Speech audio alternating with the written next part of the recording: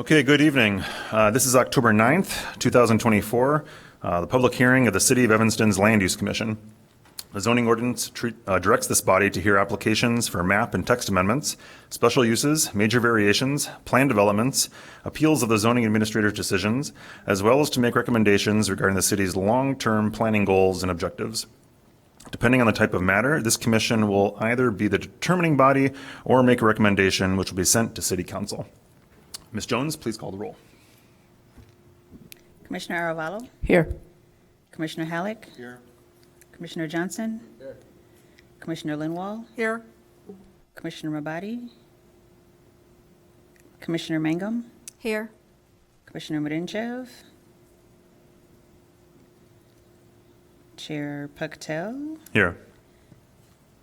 And Commissioner Rogers is absent. Okay, with 6 members present, we do have a quorum to begin tonight. I want to note that Commissioner Rogers normally would be here tonight, but he got tested positive for COVID this morning. So as the vice chair, I am stepping in for him for tonight's hearing. Let's see. Also present tonight from city staff are neighborhood and land use planner Megan Jones, zoning administrator Melissa Klotz, senior planner Sam Hubbard, planning manager Liz, is she here? Maybe not right now. No. And assistant city attorney Brian George.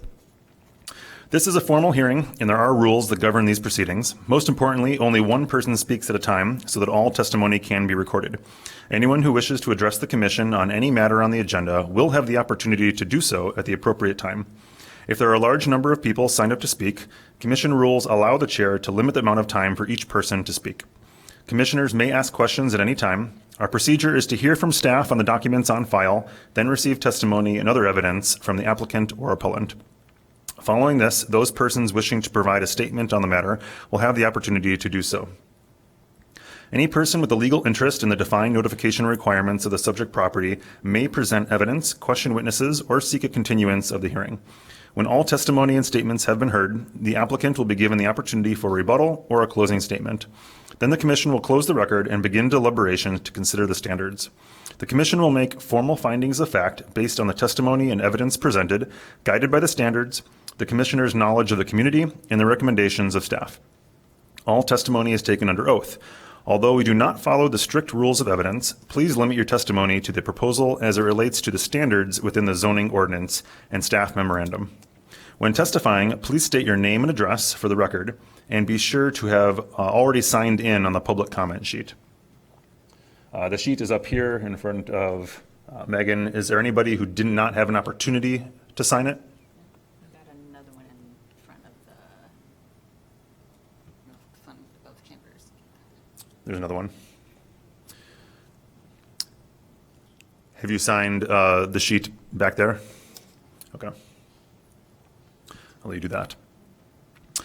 These meetings are audio and video recorded, so please make sure you are at a microphone when you are speaking so that you may be properly recorded. All proceedings are subject to broadcast at a later date. Any matter not concluded at tonight's hearing will be continued to our next regularly scheduled meeting or to a date certain. There is one item of new business on the agenda this evening, a proposed plan development at 910/938 Custer Street. Are the applicants for that project present? Great, thank you. Okay. This is the part where we take an oath. I'm now going to swear in anyone who plans to provide testimony in any of the cases scheduled for tonight. So this is whether you're an applicant or you plan to speak at all. If that's you, please raise your right hand. Do you swear and affirm that the testimony you'll provide in connection with this case will be the truth, the whole truth, and nothing but the truth? Thank you.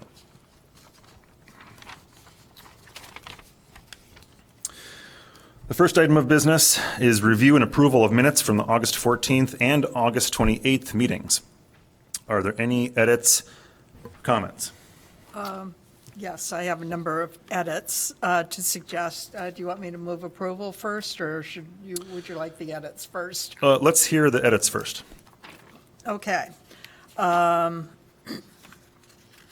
the ones from August 14th on page 2, kind of the second paragraph after Commissioner, under Commissioner questions, just a space is needed between Commissioner Halleck and stated, and a period at the end of that sentence.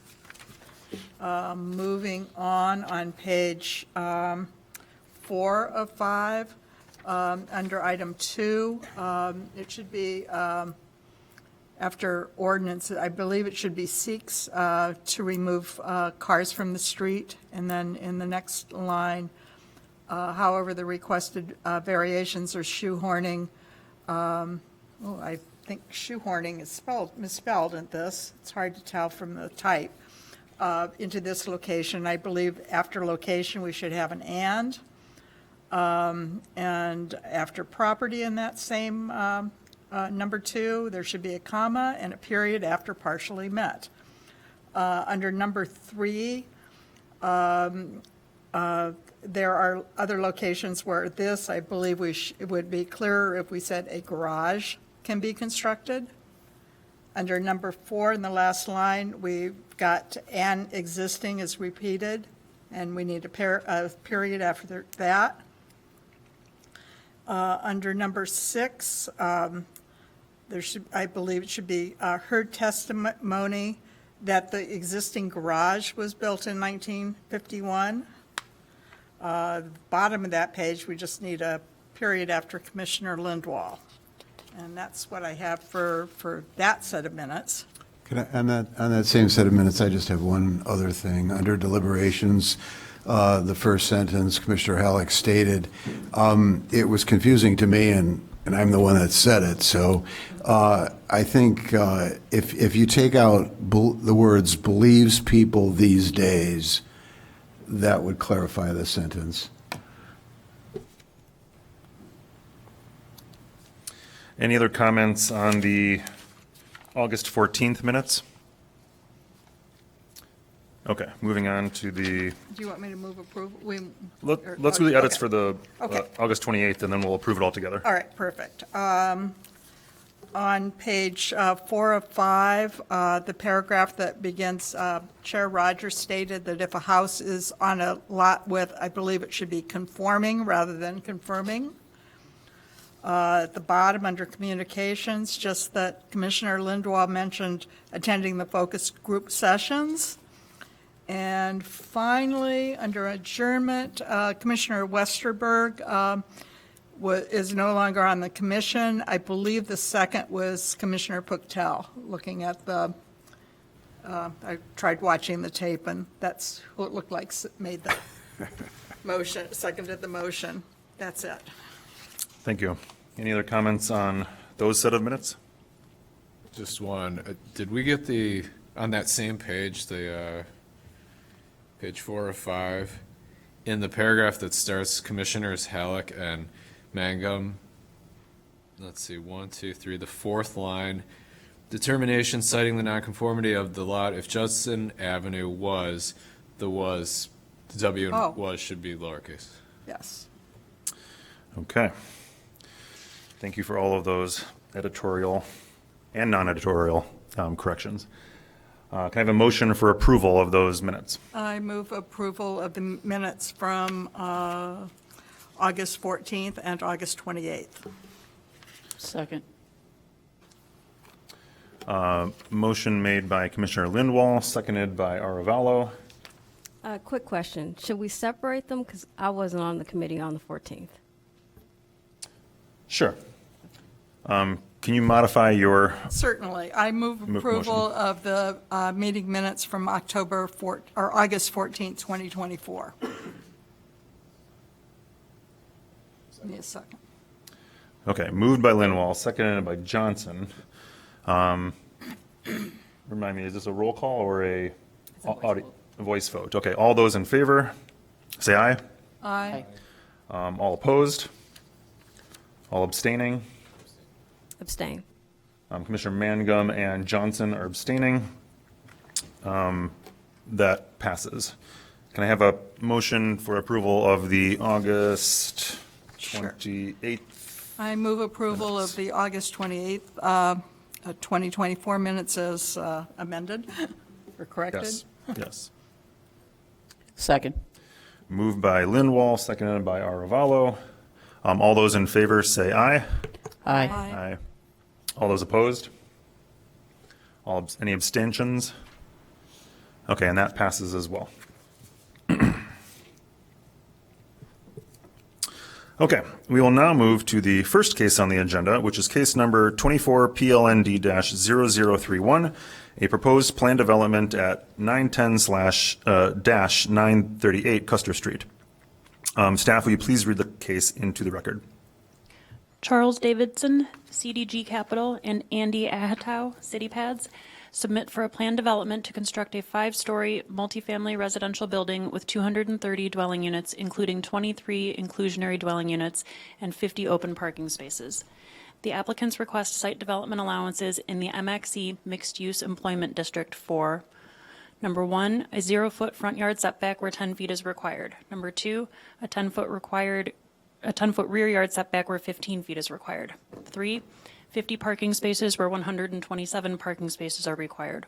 4, a 22-foot drive aisle where 24 feet is required. 5, 0 loading berths where 2 short loading berths are required. 6, no landscaping buffer where a 25-foot wide landscaping buffer is required surrounding the side and rear yards.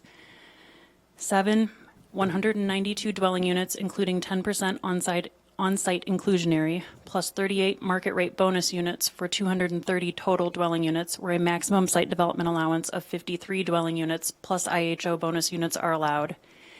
And 8, a 56-foot building height at 5 stories, where a maximum site development allowance of 56 feet at 4 stories is allowed. In addition, the applicant may seek, and the Land Use Commission may consider additional site development allowances as may be necessary or desirable for the proposed development.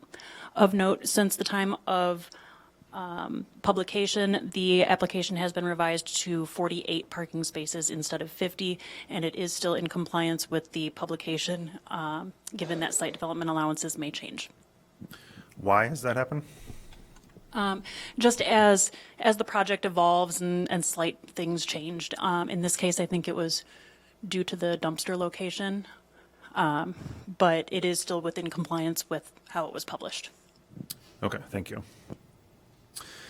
Okay, can we now have the applicants come up to the lectern? Please state your name and address for the record and present your proposals. And would you also just mention, when you state your name and address, also mention your respective organizations and their role in the application? Sure.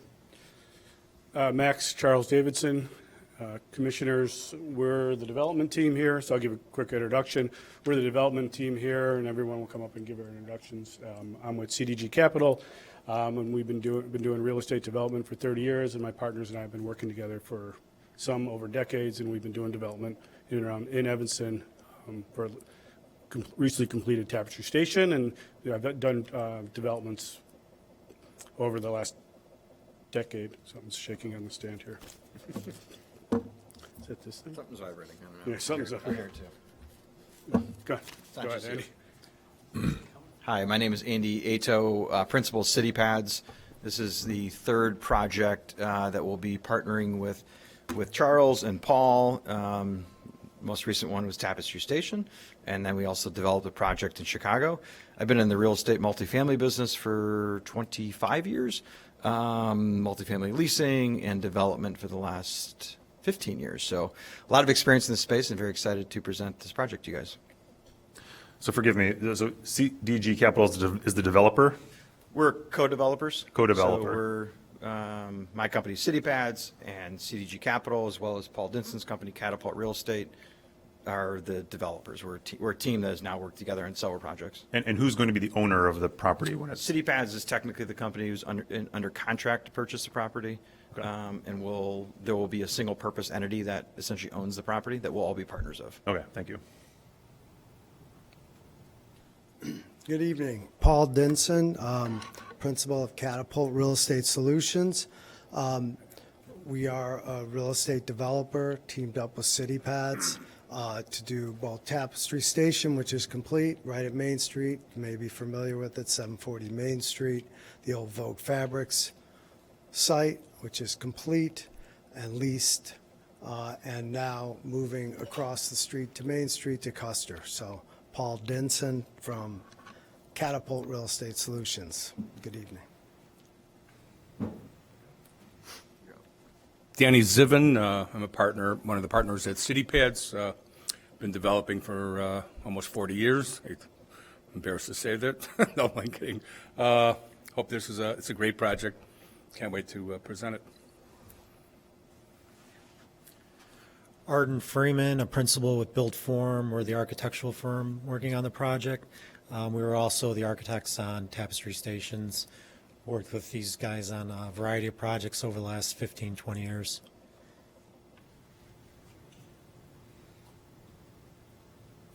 Yeah, you can present your application. Is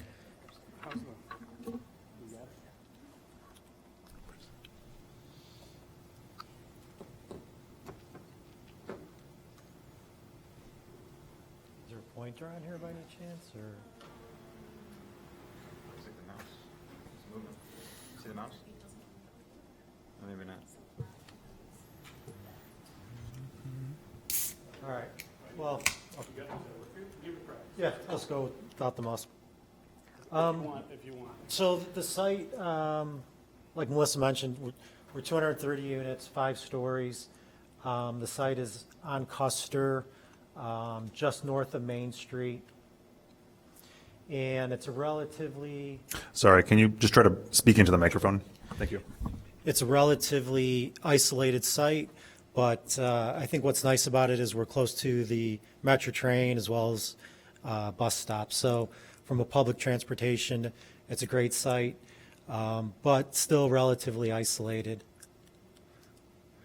These are some simple civil drawings that I'm going to go through pretty quickly. Try to get to our site plan.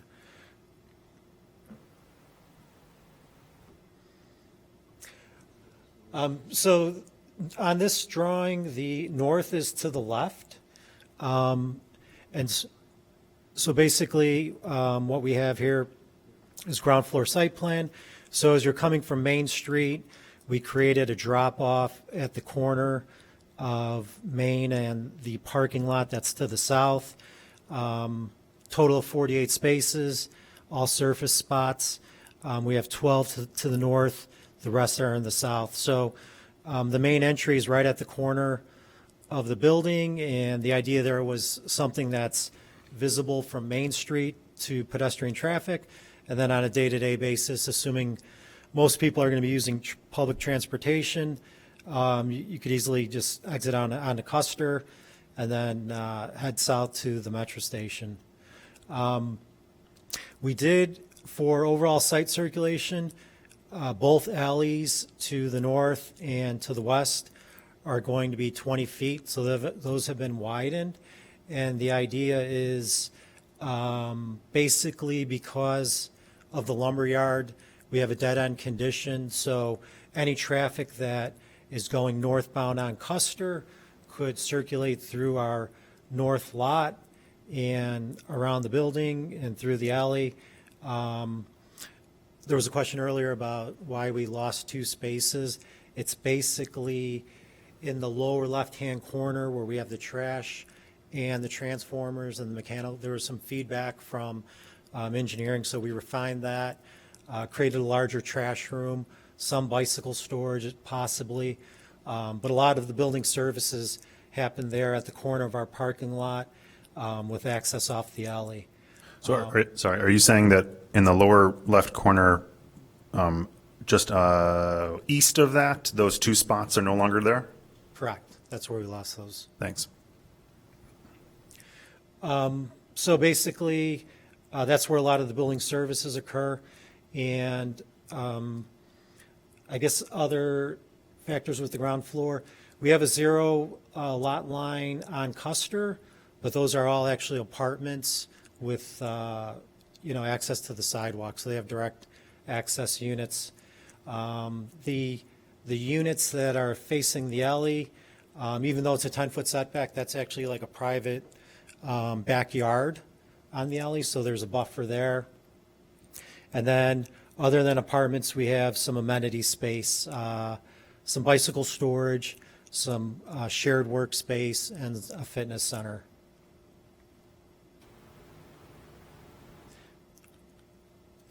This is, what?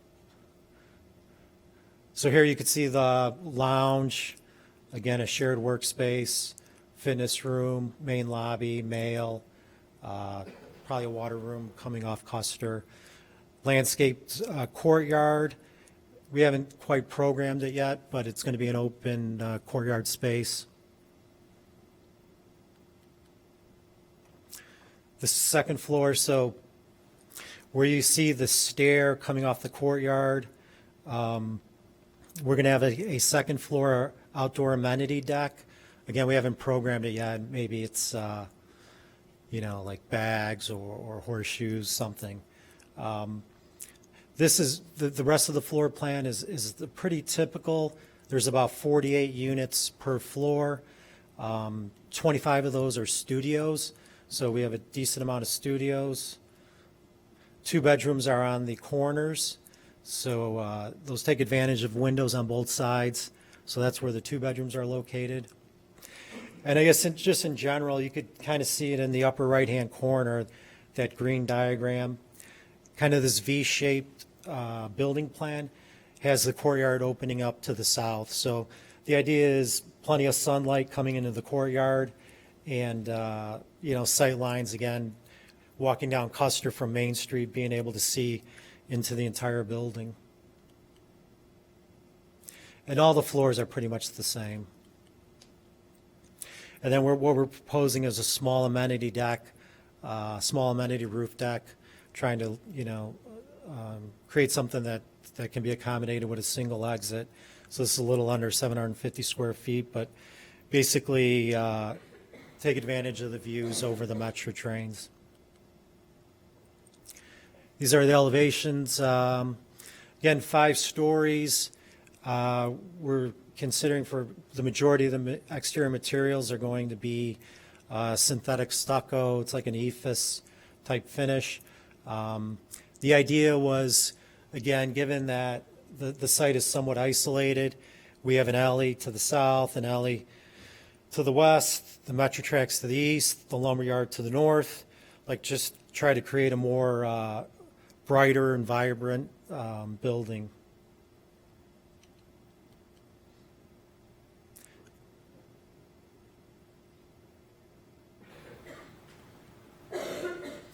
This is a view into the courtyard. And then all the public spaces on the ground floor are going to get more glass. You can see the roof deck up on the 5th floor.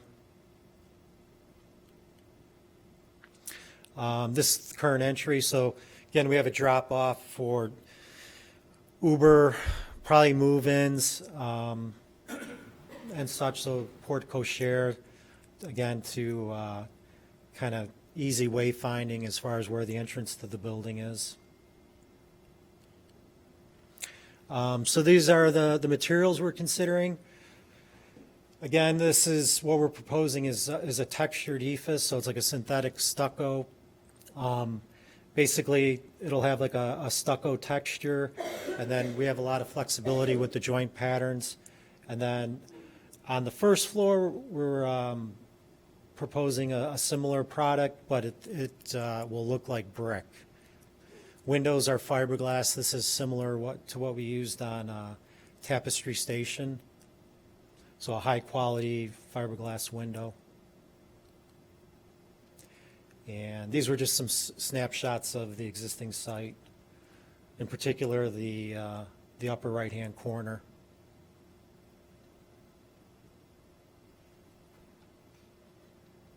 And that was the last one.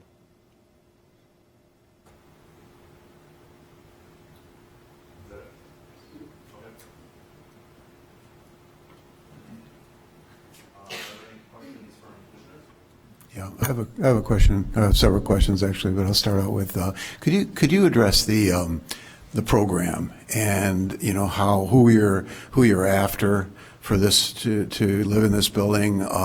Obviously, there's a lot of single occupancy rooms. Well, couples could live in a 1-bedroom, I suppose, but it's a lot of studios, and I understand CityPads does co-living, and this is not a co-living. That's correct. Why did you decide to do what you're doing? with the number of studios and one-bedrooms, and how do you see the market? Sure. Yeah, no problem. So we tend to focus on, attainable priced housing. So we, as you saw on our website, probably we have been a developer of co-living. We've been a developer of small studios. And we've also now successfully executed 2 projects that are like this, where we very efficiently design studios 1s and 2s. And that's targeting a mix of, I would say, average or middle income earners, somewhere between 80 to, well, actually as low as 60% AMI with the affordable, upwards to 120 to 130% of the average median income. It's really all about creating efficient units, making them more affordable, trying to lower that chunk price so that we can, honestly, be more competitive, as well as give people a good, as best of a rent or price that we can possibly do to still make the project, profitable for us. Well, is this similar to your program at Tapestry or not? This is very similar, although. And how is Tapestry renting out? We're 96% leased after opening in earnest in March, so it's gone really well. And my partner's saying in the background, the studios did lease really fast. We did find that there is an undersupply of studios in general in the market right now. Commissioner Johnson? I had a question, another one about Tapestry. So how many units are in Tapestry? 120. And how much on-site parking is there? We have 48 spaces, and they did lease up, but in general, we've seen you build it, they tend to ask for it. I mean, there's a number of tenants that certainly brought cars that didn't need to, because it was available.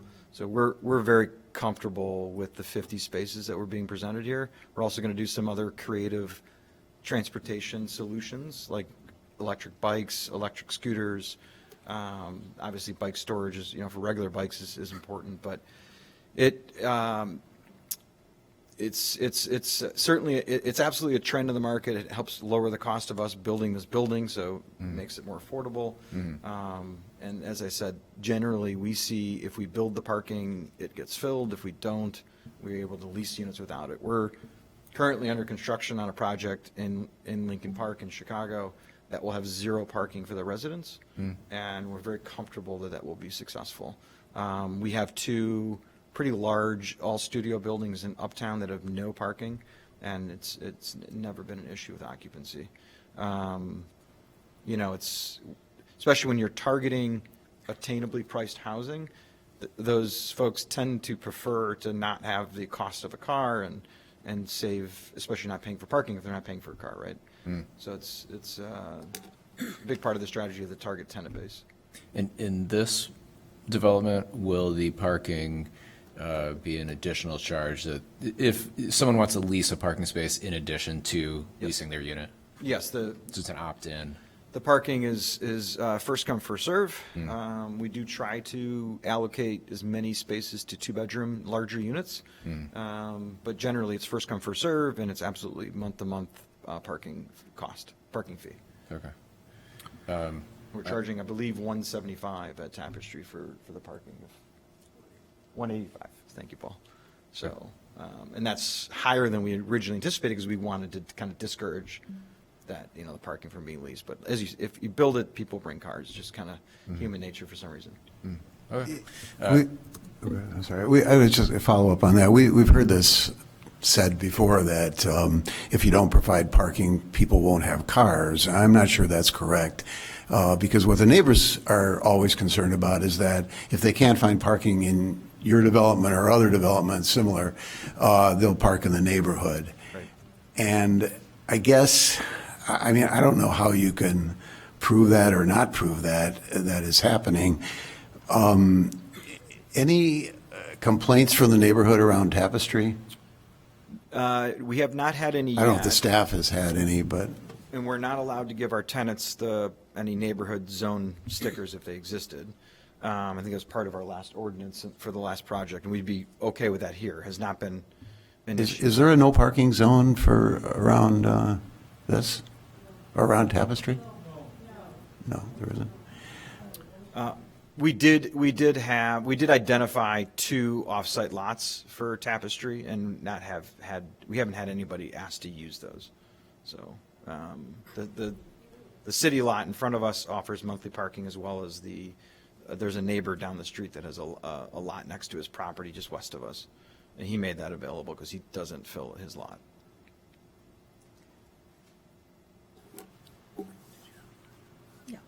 Commissioner?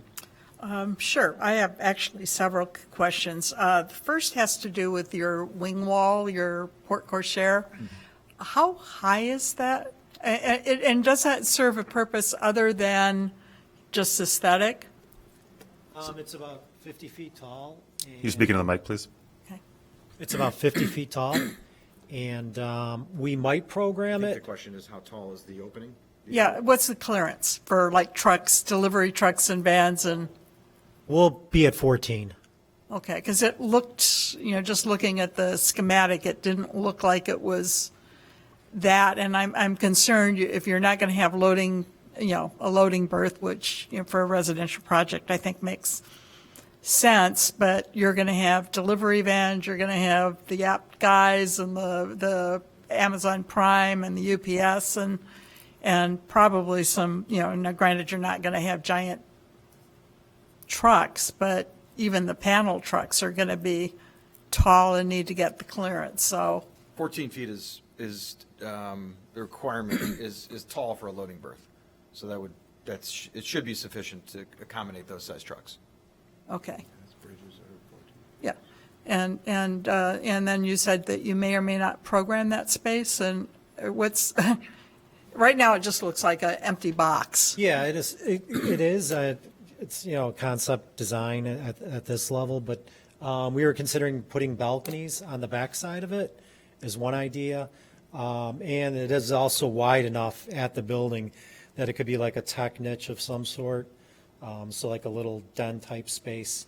It only affects 4 floors, so Yeah, 4 no, units, right?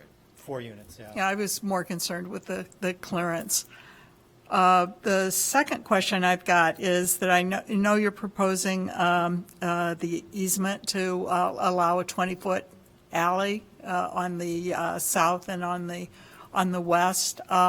Has there been any discussion about dedicating that right away to the city? I know that there's some indication in the city about trying to keep things on the tax rolls, but we're talking about 2.5% of the total lot area, which would be, assessed as land rather than the building. So it strikes me as being, it strikes me as something that could cause more problems 20 or 30 years now when improvements need to be made to the alley if it's an easement rather than a dedicated right-of-way. So I guess, it's a question of whether or not that's something that you would consider doing rather than the easement. We would be okay with that. Just adding in that the easement was granted as part of the last plan development that is now expired. So the easement is already there, and it is there as an easement rather than dedicating it to the city, because at that time, that was the preference of the city. We can revisit that and see if that is still the case, but we Yeah, could do it either I way. just am looking at 20 years from now, not necessarily, because with an improved alley, and 20-foot alley seems reasonable. I think the other question I have is one of the other suggestions from staff is if, the city eliminates minimum parking requirements, whether or not the parking spaces on the north with the drive alley, they'd suggested requiring that to be turned into more bicycle parking or such. It seems to me that the drive aisle and the connection with the north-south alley makes a lot of sense. What are your thoughts about eliminating those, 14 spaces?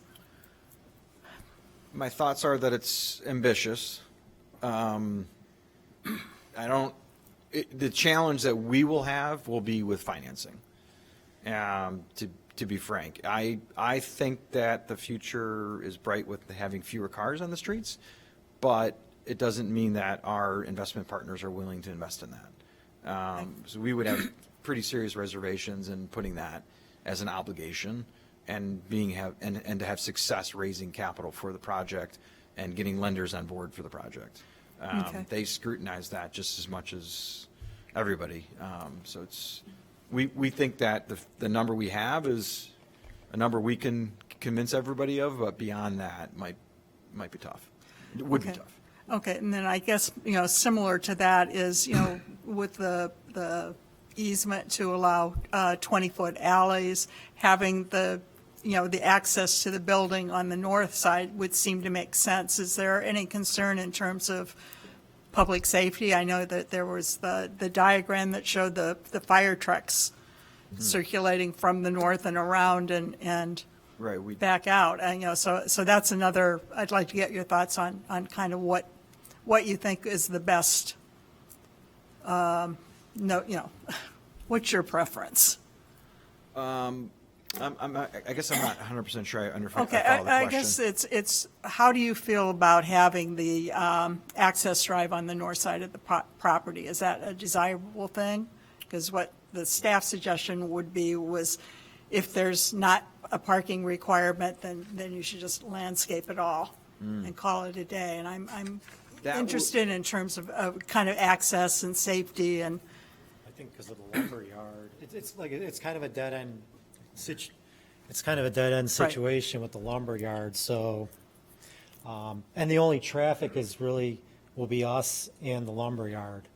So, yeah, I'm just thinking in terms of circulation, site circulation, what's, I think that if for some reason the parking demand does go down and we have vacant spaces and we do at some point voluntarily, I suppose, convert that to outdoor space, I believe it would make most sense to leave that access point there as a way for people to get through to the alley. There's no reason for us to have an issue with that. okay.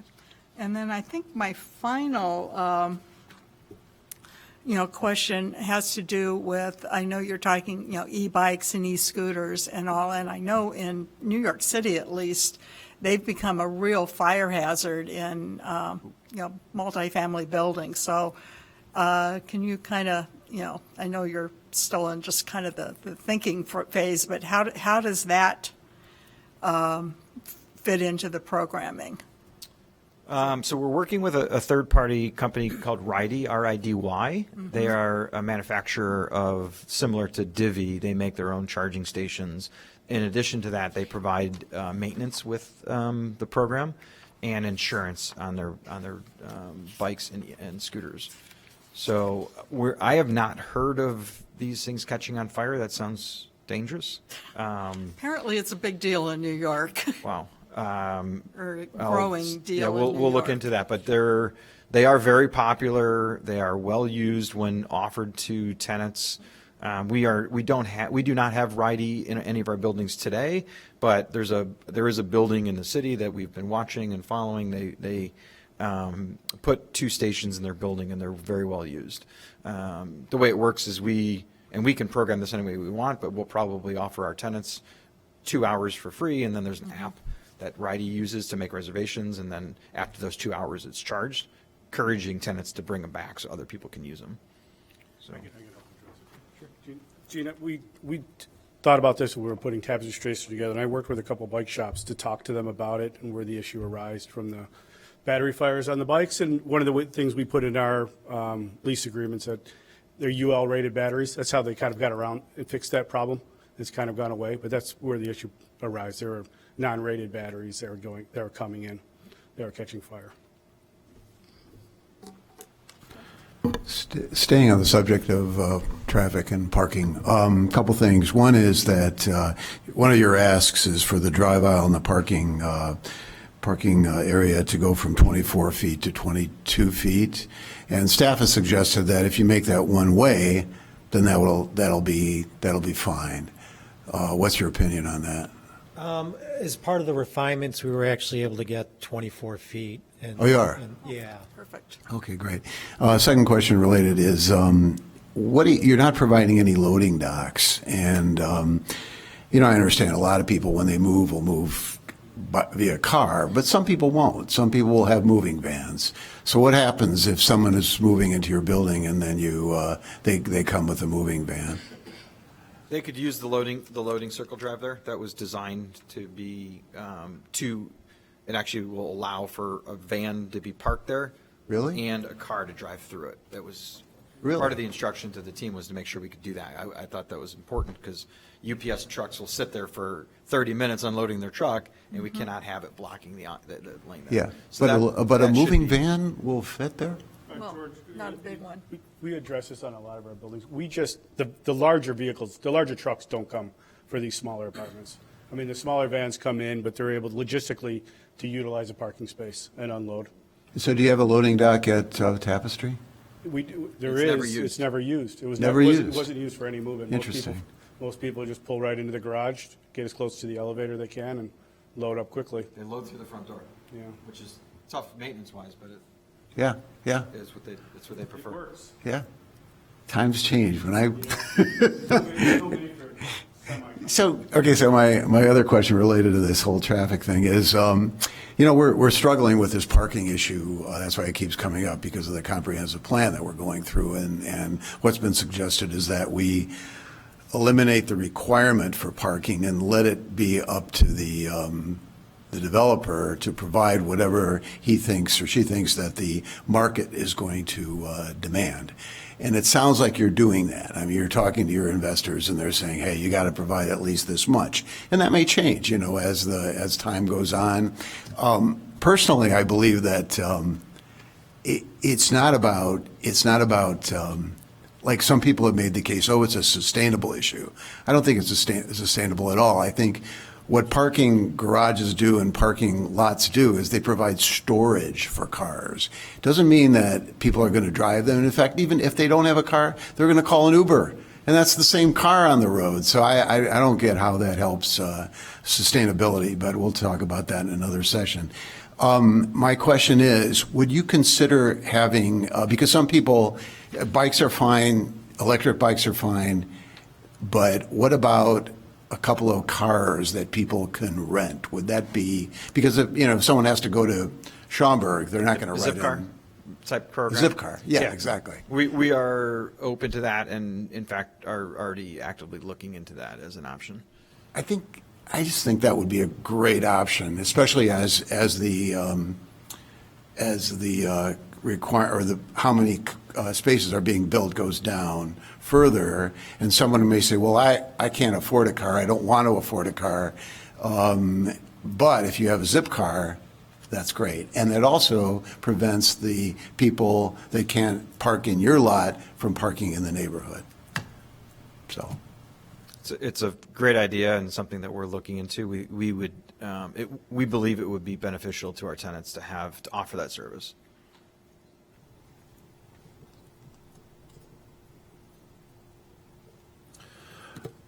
Commissioner Limwell? Just one other quick question, and you may not be able to answer it at this point, but what is the likelihood that the alleys will actually be improved with pavement? Maybe that's more a staff question. I know that that's, one of the suggested public benefits is a contribution toward the alley. Yes, it is under discussion, and the development team has committed to some payment towards that. The city is looking at other ways of coming up with funding so that the entire alley can be fully improved. Yeah, because I think that's something that really kind of needs to happen to make this project successful. We agree the alley, if you are familiar, is gravel or dirt. It certainly is long overdue. Could you address these, there's been a lot of suggestions by staff, I think, about public benefits, and there's like 10 of them on the, still being discussed, I guess. Has that discussion gone any further? Or? It has not. We have our next round of response back. I don't think it's a heavy hand on any of them. Okay. In many cases, there's certainly we're very close to an agreement in most cases. Okay. I actually had a question for staff on these zoning issues such as number of dwelling units, height, all that, and there's several asks here. And I think in the staff memo, you make the point of the zoning is really out of date, and it should be changed, and I tend to agree.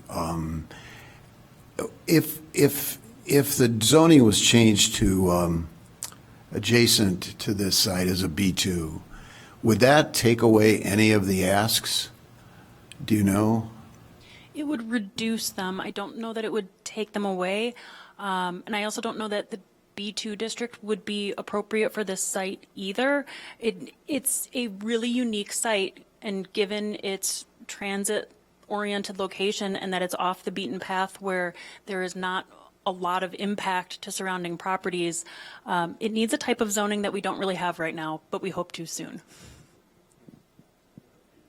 That's not resolved yet, but you're implying that if we change the zoning, which is maybe likely, there wouldn't be all these exceptions. Correct, and we are not far enough along in our new regulations to be able to say exactly what it would be, but it would be significantly less site development allowances. Commissioner Johnson? You mentioned about the public benefits, that you were still in negotiations with that. As far as the relocation of the 2 utility boxes, what are your thoughts on that? I believe there are AT&T boxes that we've realized that are there. Is that correct, Charles? Telecommunication? Yeah, they're in the south section of, utility boxes are in the south section of the site, on the opposite side of our property.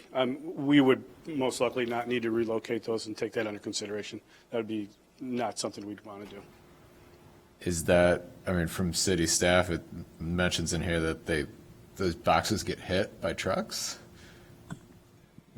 They do. It would be ideal if that's a public benefit that we could work out.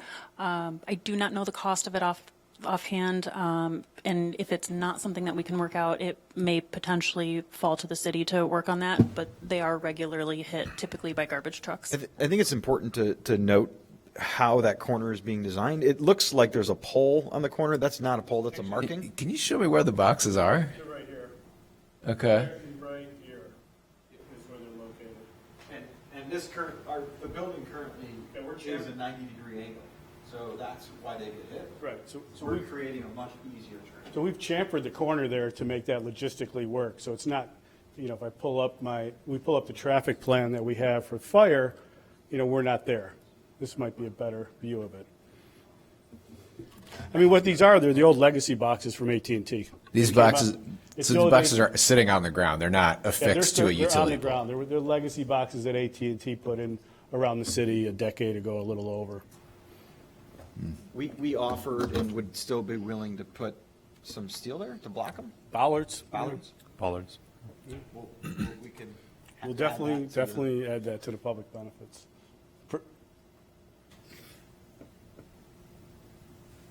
Next.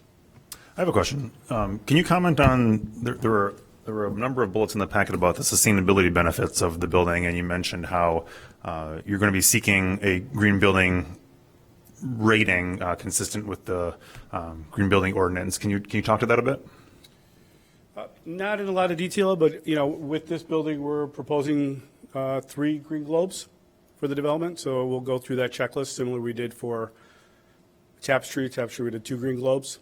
And then whatever, as we proceed, a lot of our design elements that we'll incorporate in, it's insulated, comes with our facade. We had a little bit of solar. We're planning to do that.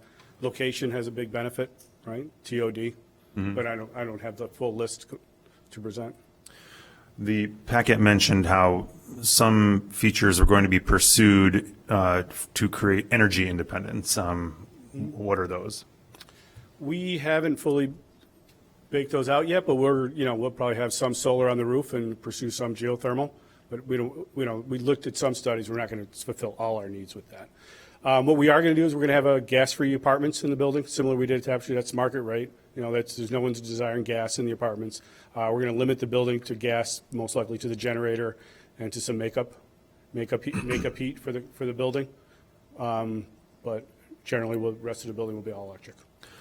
So it sounds like some of your decision making is going to be based around achieving the green building rating. Okay. Yeah, and that's similar to how we develop Tapestry in our other buildings, right? Okay. Thank you. We'll weigh the pros and cons. Okay. Thank you. I do want to make one disclosure statement, which is that I do sit on a standards writing body for Green Globes. I don't see any conflict of interest between that and this hearing tonight, but I just want to put it on the record. I have a question about going back to traffic. So that the intersection at Custer and Main. So that I feel convinced, based on the information in the packet, that because this is a kind of a dead end street, that the overall impact to the neighborhood. Yeah, there you go. Thank you. The neighborhood is minimal and has been dealt with. I do have still some lingering concerns about the intersection in particular, because although there are stop signs going for traffic going north-south, the east-west, there are no stop signs. And I wouldn't be concerned normally. However, at this location, the viaduct does create a lot of sight blockage. And I know personally from driving through the intersection, walking through the intersection, biking through the intersection, it can get hairy because sight lines are obstructed, coming for westbound traffic or being able to see, in that direction. So perhaps this is a question for staff and or the applicant. I mean, has that been considered? Is there anything that could be done to improve the safety of that intersection? I know the city has looked into it in the past. It's definitely a concern that we have, but we have not been able to find any great resolution. It ultimately comes down to the train embankment is in the way. So, Max, kind of going back to that, so some things have been done since that photograph I showed earlier. So since then, Main Street was improved. Mm-hmm. What they ended up doing with the improvements of Main Street, and it was worked closely on that project, seeing it developed for us. They moved the crosswalk. Like, this crosswalk doesn't exist here anymore. The crosswalk moved further west a little bit, kind of getting a better sight triangle there, and a little more pedestrian friendly. Helped improve that. And they were also proposing to improve some of the pedestrian accessibility here by widening the sidewalk. One of the public benefits is working with Metro to clean up the right of way a little bit, get a little bit more better sight lines, clean up this, get a little more light down here, and some improved signage. That's one of the, it's part of the list of the public benefits. So we see some additional improvements happening as it goes north on Main Street on Custer as part of this project. Mm-hmm. And we show that as part of our site plan, and I'll point that out. Ms. Klotz, has the city considered stop signs in the east-west direction? I'm not sure offhand. We can discuss further with Public Works and see. I would anticipate that they did look into it as part of the full streetscape improvement, but we can discuss and see if there's anything further that can be done. Thank you. Any other questions from commissioners? Commissioner Mangum? Oh, go ahead. I'm sorry. Go ahead. Just a quick question.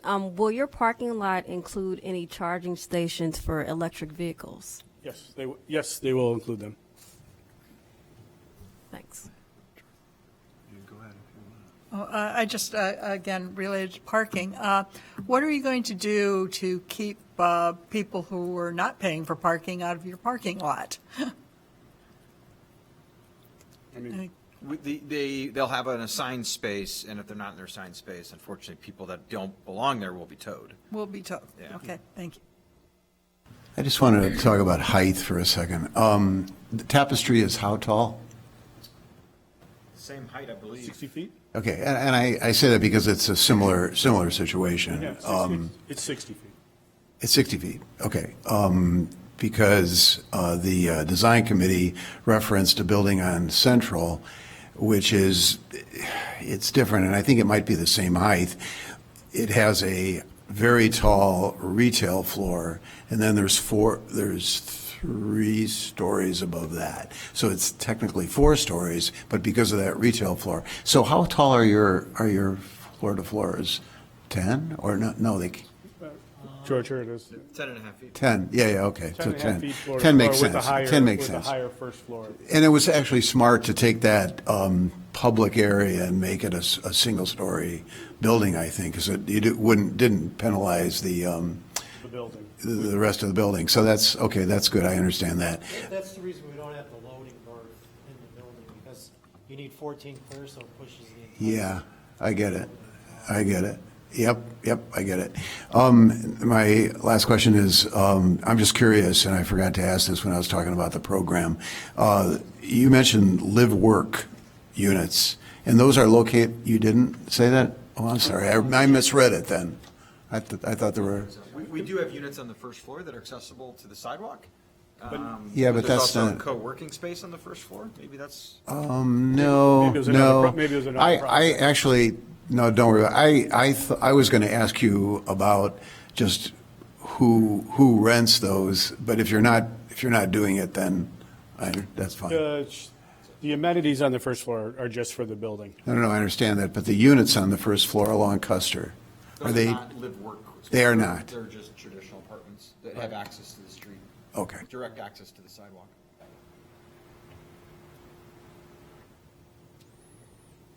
Further questions from commissioners? Okay, thank you. Okay, hearing no further questions from commissioners, we will now move on to public comment. Can I have the lists right here? Okay. Okay, I have, bear with me, 1, 2, 3, 4, 5, 6, 7, 8, 9, 10 people signed up. And I will call them to speak in the order that they appear on the list. So first, as I call out your name, remember to please come up and state your name and your address for the record. And we'll start with Elizabeth Schenkier.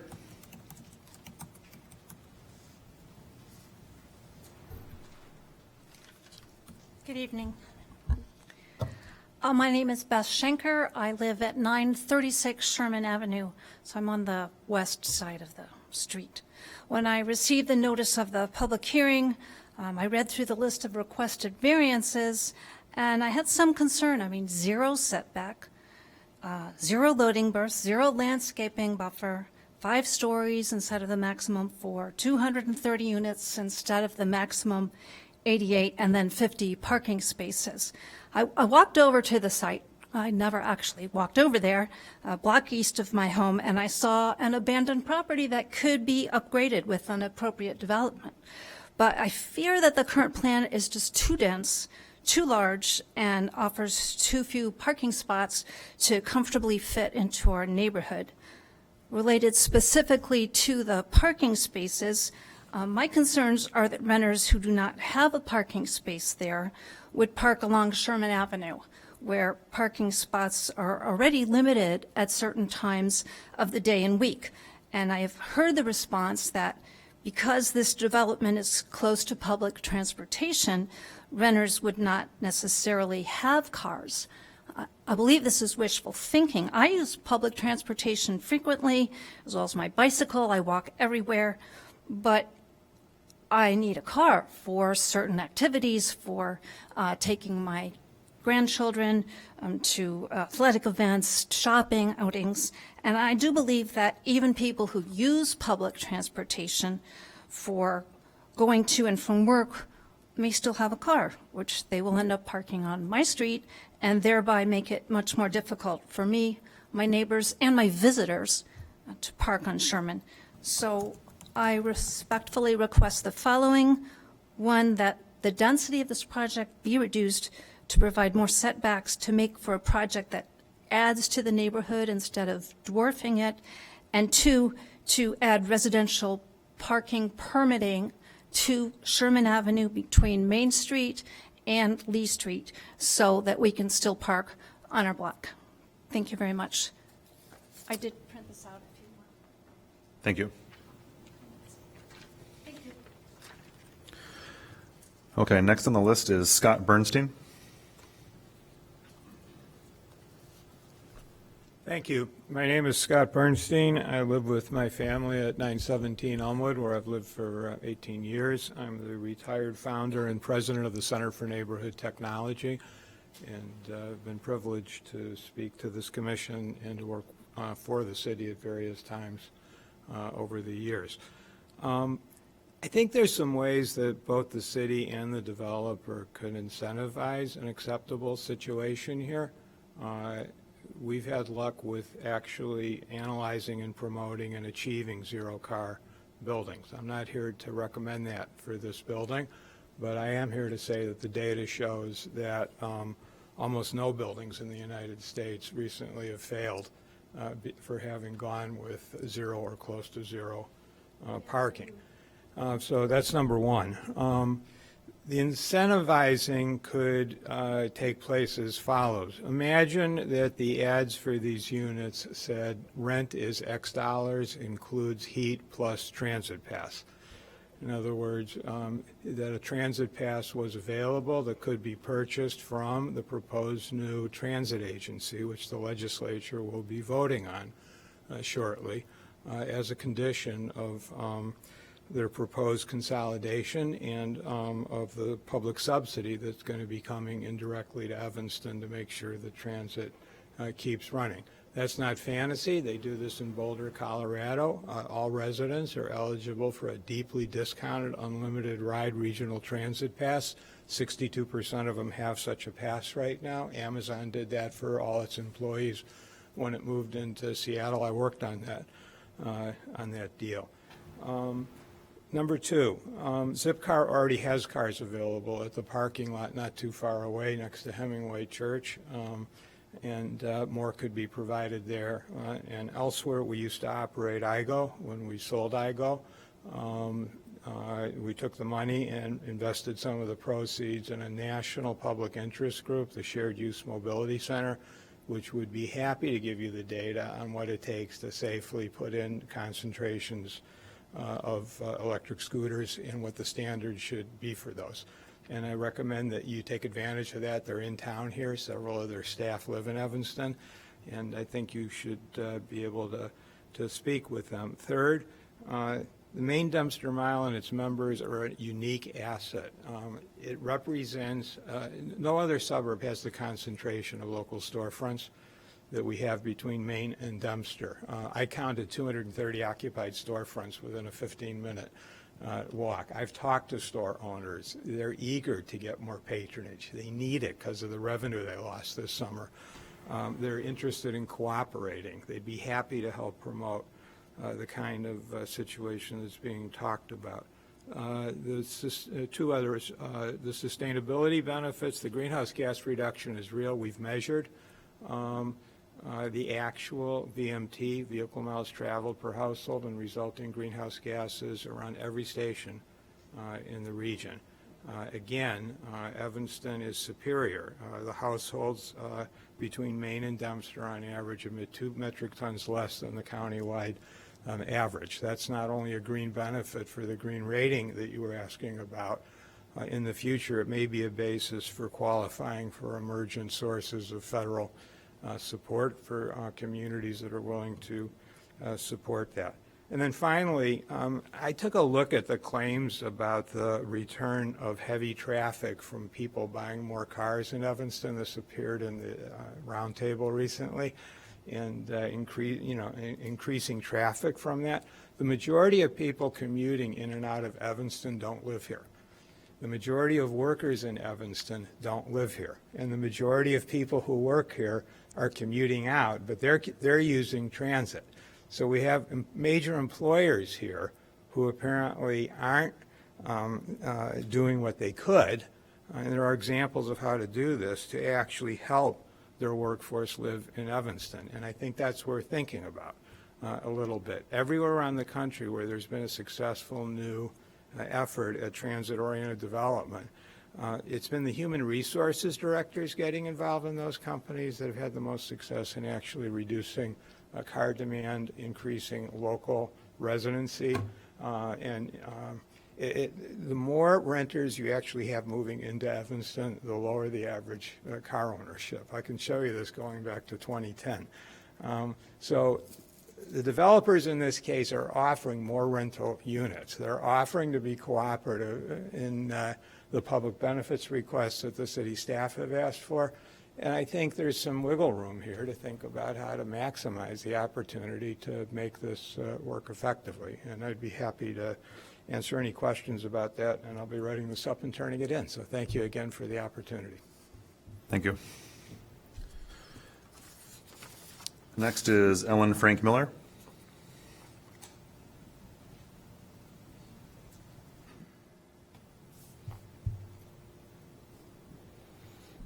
Hi. I'm not sure that will stay. Can you hear me okay? Yes. Hi, I'm Ellen Frank Miller, 924 Sherman Avenue, just a couple houses down from Bess. I really appreciate the opportunity to talk to you all, and I want to say that I'm delighted that there's another residential proposal on the table for this site. If you recall, there was a townhouse proposal a couple of years ago, and it was really, really sad that that did not work out, because this type of space would really be beneficial to have residential. I want to echo everything that Bess had said. Our neighbors on this block have had a lot of conversation on this topic. I think that we really are excited about the idea of residential. I think that I will speak for myself and say that I agree that this building is too dense, that the parking is inadequate. And a couple of things I wanted to say along those lines is that, Economics 101, reducing supply does not impact demand. They're two separate curves, right? Move the supply curve, price goes up. Demand doesn't change. So the idea that a building that is twice the size of Tapestry Station with the same number of parking spaces would somehow not generate an equivalent demand for parking, to me just doesn't make sense. What I will say is that, as Bess mentioned, those of us who live on the block and really will benefit from, having parking that we can access for ourselves during the day, for our visitors, et cetera, it seems like it could be a very sort of simple solution to residents' concerns about parking. If, let's say, 5-block radius from the building, all of those streets, those neighborhood streets, had permitted resident parking. So if I live on Sherman and I buy a permit, I can park on Sherman. But if I don't live there, like if I'm in the apartment, then I can't park on Sherman. And this really solves a problem of ensuring that residents, as someone talked about storing cars, right? So if I live in this building, I park my car, on a Sunday night, I don't touch it again perhaps until Friday night because I'm commuting on the train. But nonetheless, that car is sitting on the street taking up a space. So I really do feel strongly that the idea of having permitted parking in the surrounding area will have a big impact on a lot of our concerns. Excuse me. And I would like to make the point that many of us on this block of Sherman have moved to solar. And not just community solar. We've actually put solar panels on our homes. We have far fewer resources than developers do. So the idea that it will include a few solar panels, I would really like to see that be a much more substantial commitment. So I really appreciate the opportunity to talk to you all, and just hope that this concern that we have, those of us who back up to this development, will be taken seriously. Thank you. Thank you.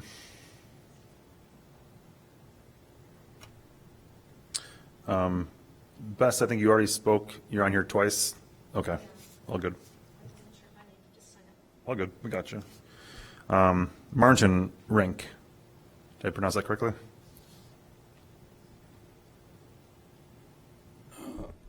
Good evening. My name is Martin Reinke. I live in 931 Sherman Avenue. So we're directly west on the new building. So I think our main concern is the zero buffer area.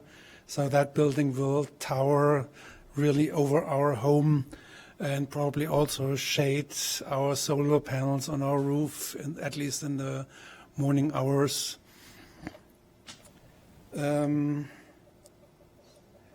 One thing I would like to have addressed would be the electric power lines and also utility lines, which are now at the east side of the alley.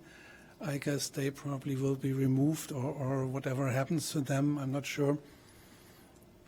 But at least that would be something we would like to know what happens. Then I just saw the dumpsters, which will be very close to our home, and it will be dumpsters for 200 people or more. And I would like to know, are they enclosed, or will we have a smell problem in the area? So there are two homes right next to those dumpsters. Yeah. And can I ask how wide was the alley, or how wide is the alley at the moment? Will it be widened? Would you know that? This is just a statement, period. Okay, so then I'm done. Thank you. Thank you. Mary Lenny McCamas? Forgive me if I butchered that.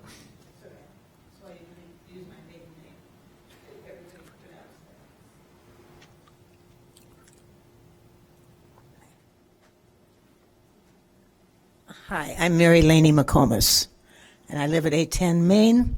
I lived at 1200 Forest for 40 years. When my children raised, I sold it.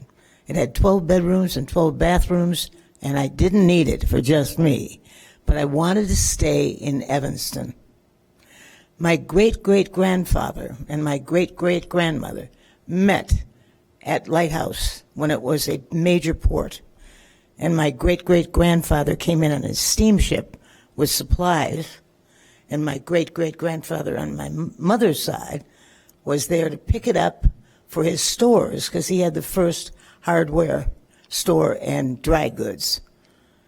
So there's a lot of history that goes in to this very special suburb called Evanston.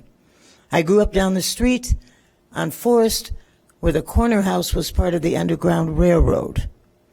I know the history of Evanston, where we had many, many people who went on to do great things. Florence Willard, she was the first university president in the United States. She also built housing for women who were abused and had to leave their drunken husbands. They were called wayward women. She built a hotel for them. It is now a restaurant on Oak Street in Evanston. I could go on with much more of the history, but it's such a charming place that we should be celebrating it.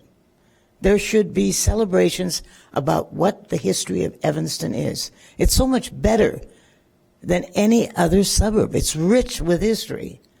And now we're here talking about a building that wants to sandwich in lots of people, ask for variances, and tonight we hear maybe even a change in the ordinance in districting for a building that has too many people crammed into a space where right around the corner, right on the corner, is a post office that has trucks trying to get in and out every day. It has its own problem there. There's no parking down at the end of the street so that the trucks can get in and out. And on the street, on Main Street, there's a museum for children with dinosaurs. It draws kids from walking all over the place. There's restaurants. We already have 2 new apartment buildings. Not enough parking. Everybody's going around looking for parking. I have a friend's cousin, even on Judson, can't park in front of her own house because people are parking there. So I thank you for the opportunity to come and talk. I don't know how this got as far as it did, because when I read this, I thought it was a joke. They wanted to put in a 5-story multifamily residential building with 230 dwelling units. They're supposed to have, and they only wanted 50 open parking spaces. They request site development allowances for, they want 0 front yard setback where 10 feet is required. They want a 10-foot rear yard setback where 15 feet is required. They want 50 parking spaces where 127 parking spaces are required. They want a 22-foot drive aisle where 24 feet is required. They want 0 loading berths where 2 short loading berths are required. They want no landscaping buffer where a 25-foot wide landscaping buffer is required surrounding the side and rear yards. I do not understand how this got as far as it did. They want a 56-foot building height at 5 stories where a maximum site development allowance at 4 stories is allowed. In addition, the applicant may seek the Land Use Commission for additional site development allowances. What more do they want? I think they should find a different site. And so I'm opposed, and I walk down the street, and the restaurateurs, the small businesses that are there are all opposed to it. All opposed to it. So I'm speaking for them tonight. I said I would come, and here I am. I thank you for the opportunity to speak. Thank you. Next is Mary and Pete DeJong.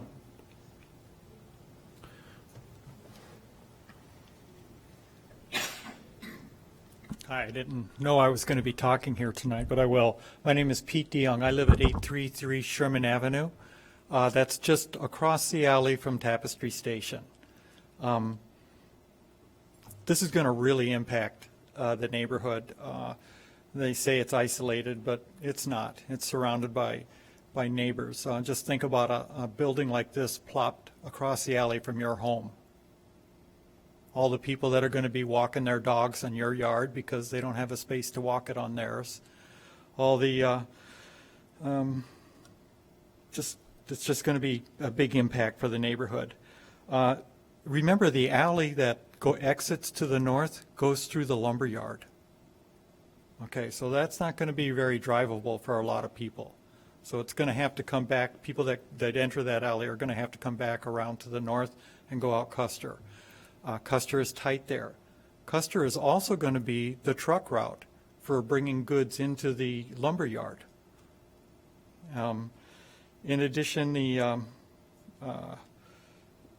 garbage space, I don't know how they're going to put enough trash cans in there or a dumpster in there enough for 233 units. As it is now at Tapestry Station, they had to pull one, they couldn't fit them all in initially. And then now they finally have it working, but they have to pull them out in the day on a sloped drive down for the garbage to pick up, and sometimes it ends up rolling into the alley. It's just, I don't see how it's going to work there. I don't know about the generator being down on that far corner. I know the one that they put at Tapestry Station reads at 80 decibels at the edge of my driveway. Loading dock, they do use a loading dock. They use it at Tapestry Station. They didn't have enough space for trucks to get in initially because of the garbage can, so they kind of opened it up so trucks could get in there. They're not huge trucks, but they still have to get in. Of course, in order to get in, they have to drive up on my property and on the property of the apartment building behind us because it's too tight, too narrow. There was a truck the other day that ended up hitting a car because it couldn't get into the space. Dog walking. These people have dogs. They're going to be walking their dogs in the neighborhood because there are no dog walking spaces for them. At least there isn't at Tapestry Station. I don't know what else to say. I think they did a nice job in terms of the building. The outside is nice. They said it was rented, and it was kind of a surprise when as we got closer to October, all kinds of Northwestern students started moving in. I think as far as it being a family, multifamily unit, there's a lot of single room places, you know, small studios that rent for a lot. You know, at least to me, that it's a lot of money. It would be nice if they would show the layout of some of the multi-bedroom units. I know in Tapestry Station, the multi-bedroom units are kind of interesting. You know, a little kitchen with a washer and all that, all the amenities they need, an okay bedroom, and, you know, a bath or 2 baths sometimes, a sitting area. Not even room for a dining room table, though, unless you put it in your living room. So you may want to look at whether it's going to really meet the needs of families, because this is a family neighborhood. Okay, and I guess that's all I have to say. And, Thank you. And also, if it needs so many variations, why not wait until, you know, you guys go through the process of rezoning and deciding what Evanston really wants, instead of throwing something like this in. Thank you. Last on the list is Emily Maloney.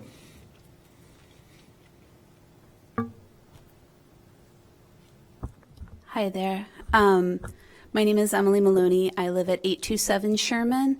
So I'm just, my backyard looks out at Tapestry Station. I'm just like a little bit further down. I just had to echo some of the points that have already been made. Generator noise is significant at Tapestry Station. I hear it inside my house. There are ways that one could muffle the sound, move the generator, that sort of thing. And I think that might potentially lessen the impact on neighbors. Trash noise also, putting it, you know, on the other side, maybe close, you know, on the Custer Street side rather on the alley side, because people would like to maybe use their yards. Something that didn't happen at Tapestry Station, but we should have pushed for, was burying all the power lines. I think it's something that would really benefit the neighborhood, benefit the aesthetic. Parking, do the permit stuff now. Speaking from experience, is trying to find parking. I live in a building that is landlocked. I have no alley and I have no driveway, so I have to park on the street. What else? 5/1s are ugly. But at least please fix the massing on the brick, like the fake brick on the first floor. I think should be smaller so it doesn't look quite as unfortunate. And then also just increasing the solar needs or the solar use rather than just like incidental solar usage could be really beneficial. That's all I got. Thank you. Thank you.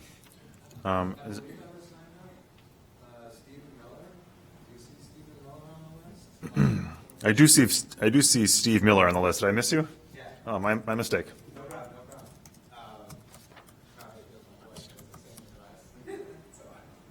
I won't take that long, because I'm only going to focus on parking. Stephen Miller, 924 Sherman Avenue. I do believe street parking is an issue, especially Sherman. That would be one of the closest residential streets to this place. Already some of our friends have trouble when they come up on the weekend to visit and they have to look for parking, and I don't want us to become Lincoln Park. So I love this idea of permitted parking, and if the builders are so sure that many of the people that are going to rent wouldn't be in an income level to own cars, or will be so excited about scootering, biking, or using mass transit, they should have no problem with, you know, disallowing permits for people in their building.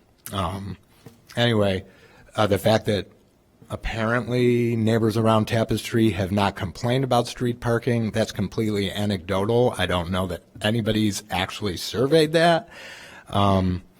And again, I just think it's a myth that people in that income level won't have cars. Many of them are going to have cars, way more than 50. They're going to plop them in the neighborhood all week. Then Saturday, they're going to visit a friend in another suburb, or they're going to drive to Milwaukee or whatever. So the point is, people own cars even when they commute to work, and they're just going to be right in our neighborhood. Thank you. Thank you. Is there anybody else I missed? You already did speak. Okay, quickly.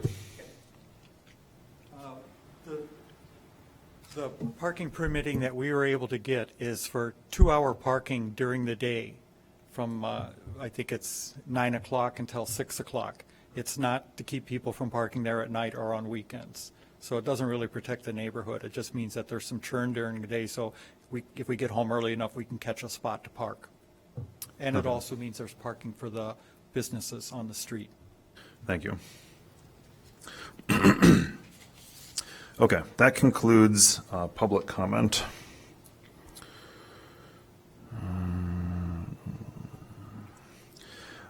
Before we move on to, I guess I'd like to invite the applicant back up to the lectern to prepare your closing statement. But before you do that, I did note down some reasonable questions that I heard from public comment that I think I'd like to give you an opportunity to address. And I can just read those off as you're up here. The first would be about the dumpsters in the lower left-hand corner. Can you comment about whether or not they're covered and about the capacity of the refuse there for the building? Yeah, so right now what we're showing. Hold on, you don't have a mic. Can we grab a mic for you? Thank you. Right now what we're showing is an enclosed trash room right here. That's approximately 16 by 27. So there's an overhead door, it's fully enclosed, and in the end it'll be sized appropriately for the building. What does "in the end" mean? Depending on the service that they contract with, the size of the dumpsters, the number of pickups, all that factors in into the final sizing of the trash room. So. And you're confident that the plans are large enough to accommodate whatever that demand would be? Yeah, and we can make it larger too. I mean, again, this is at a schematic level, but we have additional space. We haven't sized the MEP room exactly, so, we can make it larger if needed.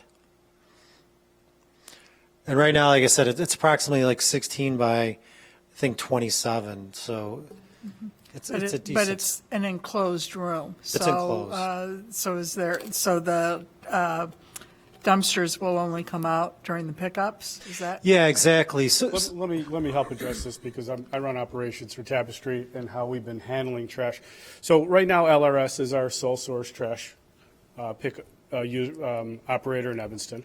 They're the ones who pick up trash. They will not come into the enclosed area. We have to bring it out in the morning on a trash day for them to pick up, and we roll the trash cans back into the enclosure. That's their weekly operation.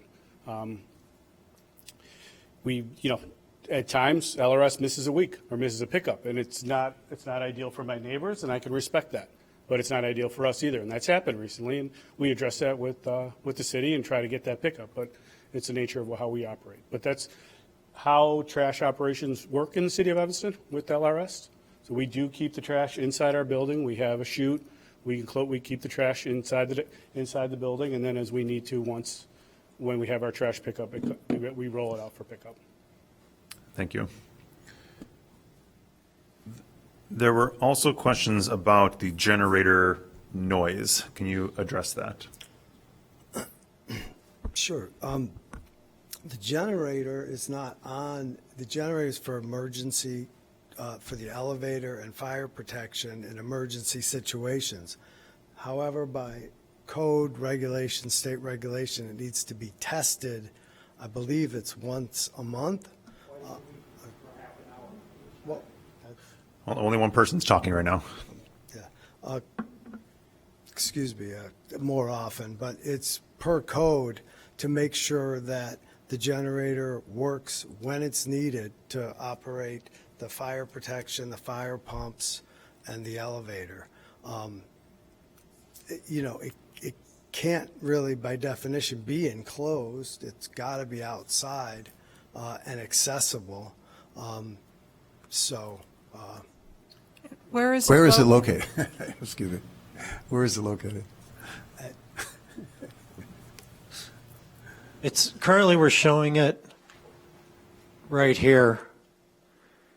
Could it be relocated to to Custer? I mean, anything's possible right now. Obviously our electrical service is coming down the alley, so this is our electrical room, transformer, and the backup generator. Or alternately, are there ways to baffle the sound and the noise? We could definitely look at it and speak to an acoustical engineer and investigate it.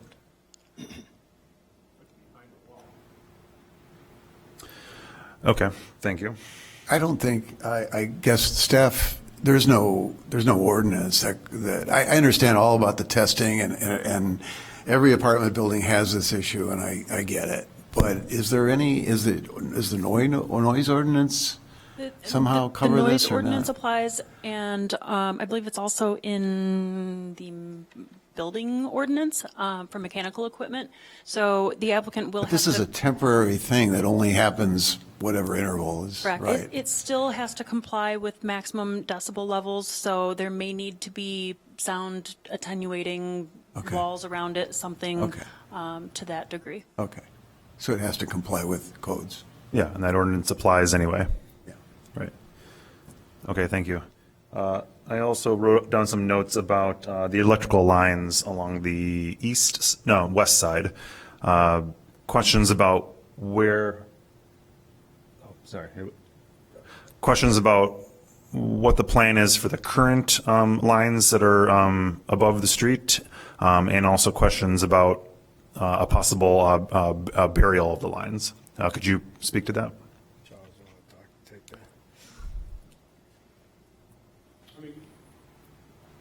Currently, there are electrical service lines in the alley. The intent is that they're not affecting our construction, so we're not proposing to bury them underground or work with ComEd to do that. And are they currently on the east or west side of that alley? They are on the east side of the alley, so they're up against our building. I'll pull the survey up.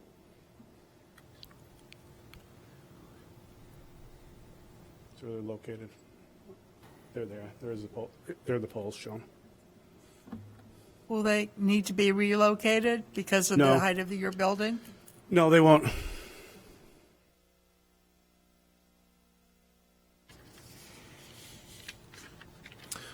Okay, any other questions from commissioners? Johnson?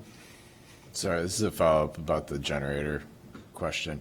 I think this is for city staff. Moving the generator to the northeast corner of the building, because, and the thought here is that it's farther away from the existing residences that are west of the building, and that it's, the railroad embankment is perhaps closer to the railroad embankment would be a better spot to put that generator. Is that discouraged by city regs because it's the front of the building? No, that would be okay with zoning. It would be considered the side yard over there. I mean, if it was truly right at that front property line, it would be the front yard and it would not be allowed. But if it's on, But if it were like where that first parking space is, around the corner? I think that would be ideal. Okay, thanks. Could you speak to that, though? Because I think there's a relationship between the generator and the electrical room. And you want those two things to be fairly close, I know, but. Go for it. Yeah. So,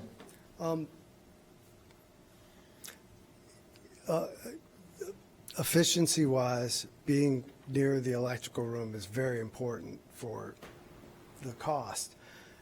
But also, you know, they're not that attractive. We put it on the alley, which is generally where something like this would go, rather than on the streetscape, which we're trying to beautify on Custer. Despite the fact that there's an embankment, we're beautifying it with landscaping and hope that in the future, maybe Custer will continue through and will become a nice, beautiful street. We're painting murals on the embankment and want it to be beautiful. So moving a industrial style generator to the streetscape would be unusual.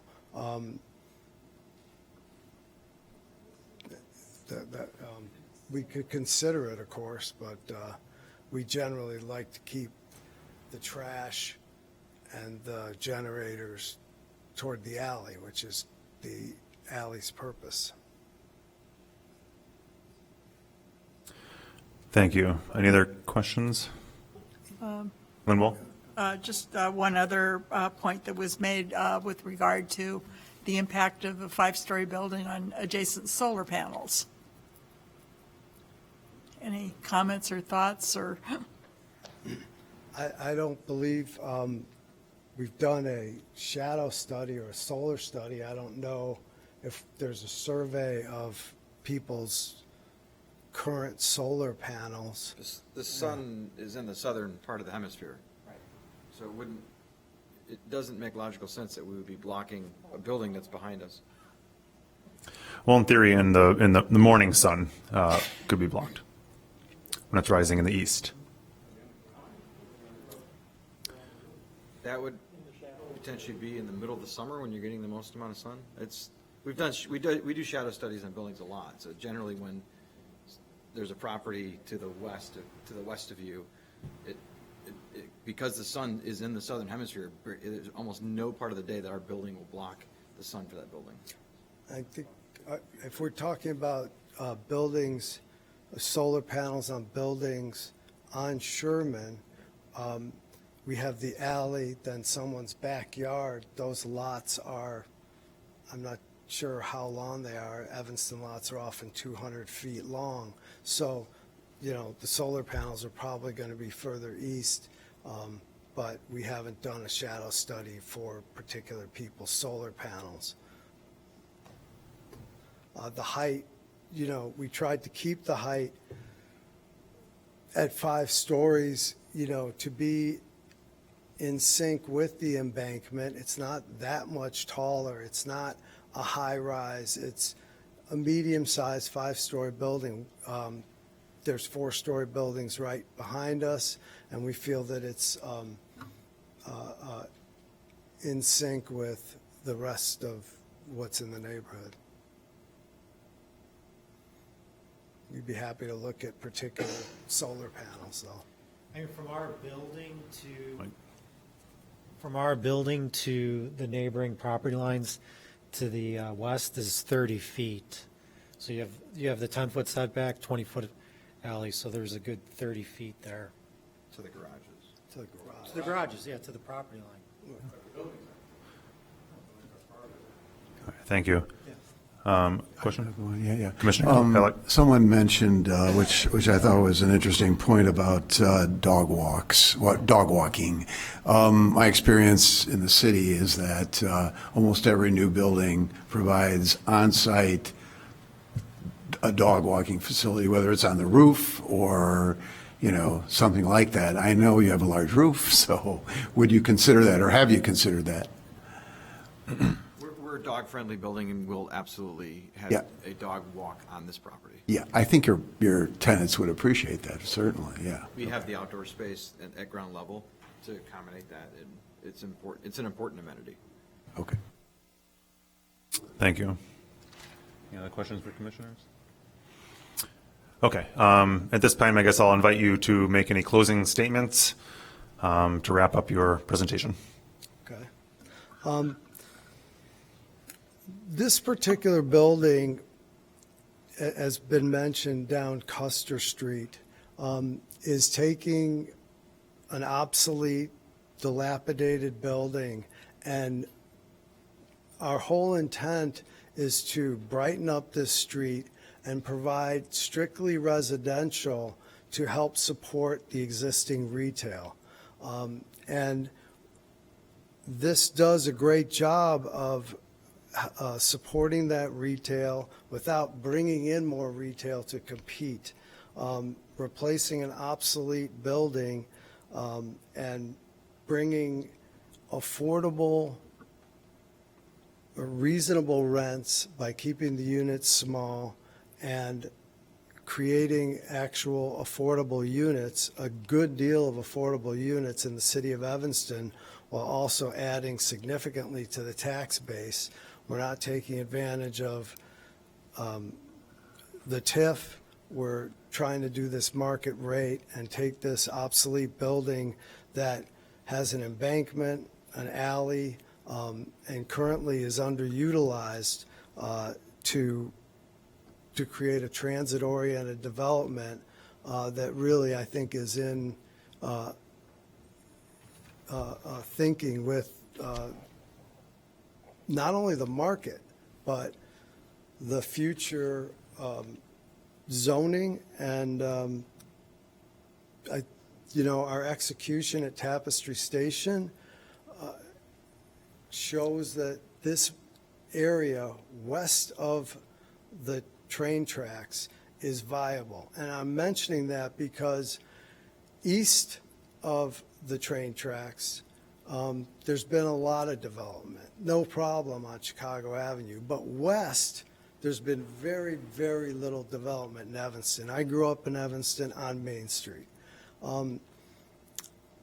So the risk at Tapestry Station was to go west of the train tracks. And I consider that very important, to continue the development west. Everyone, you can go on Chicago Avenue, you can go downtown, but coming west and providing reasonably priced housing and brightening and stimulating that corridor west of the train tracks is really important. So providing new residents will be really important, I think, to Evanston, and particularly this section west of the train tracks.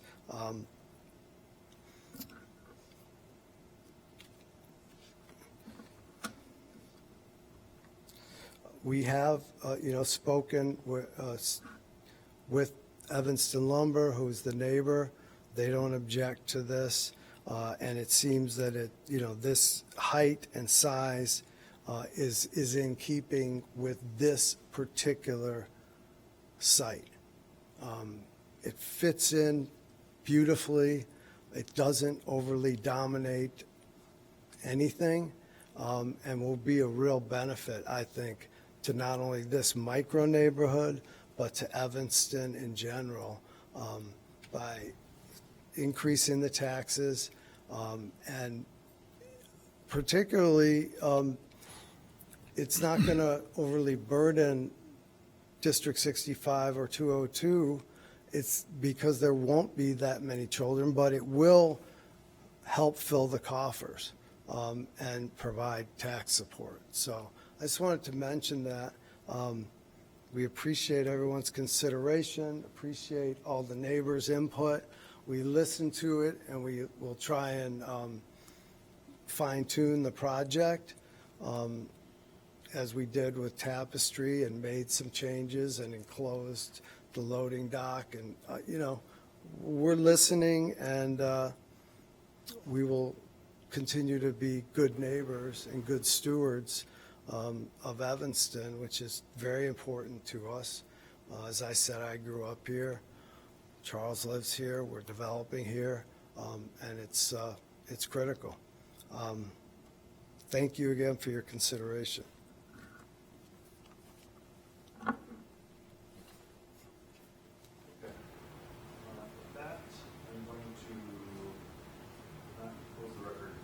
Not close the record quite yet.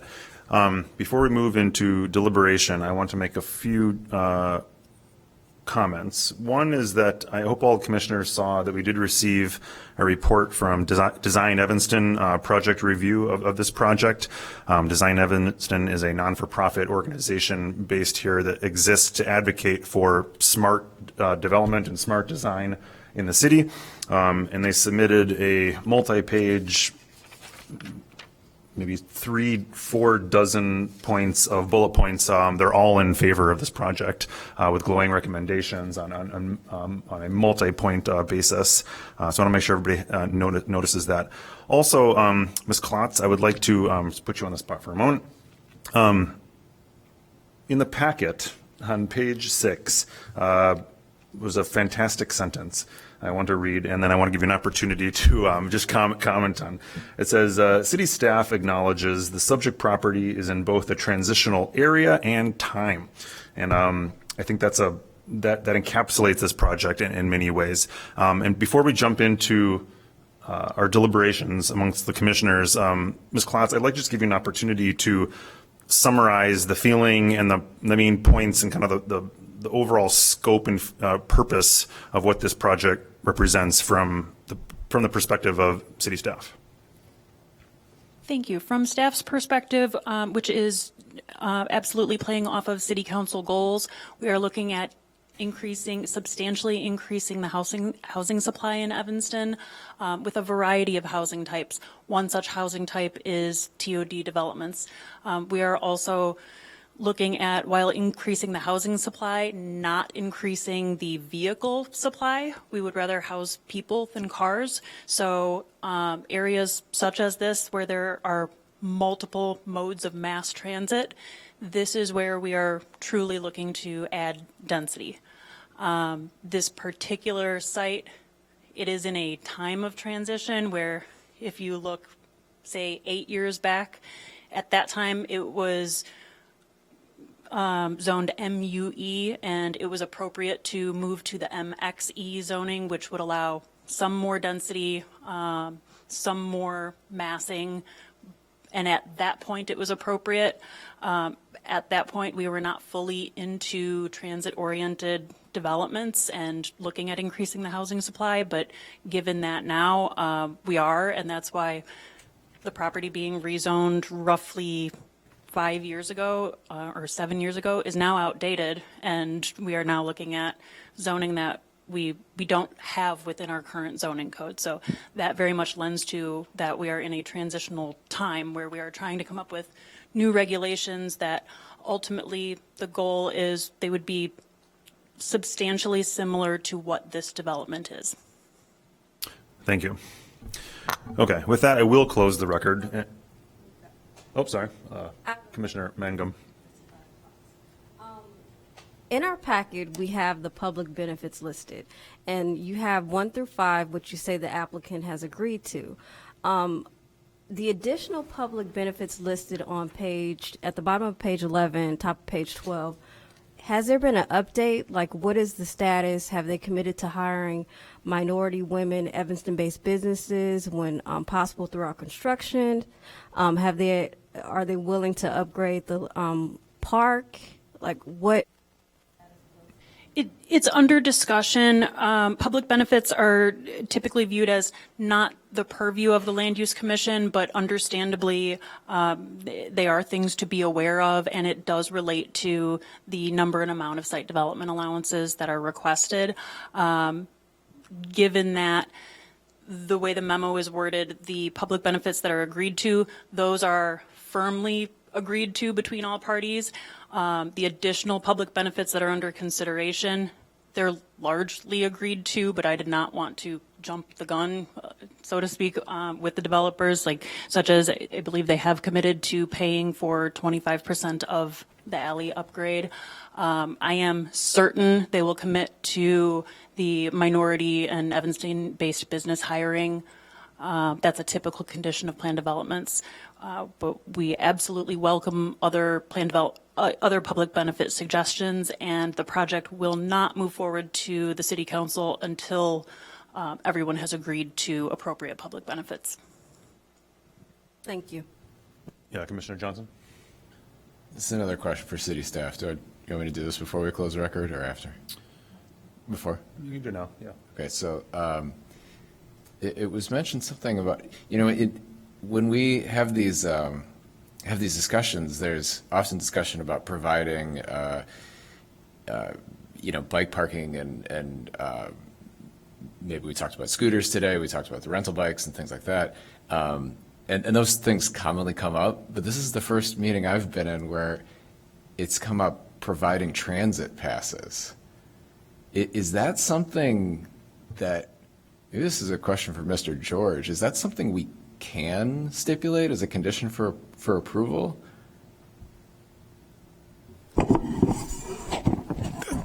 That's something I would actually need to look into before I can give you a definitive answer. Okay. Because that is a new one.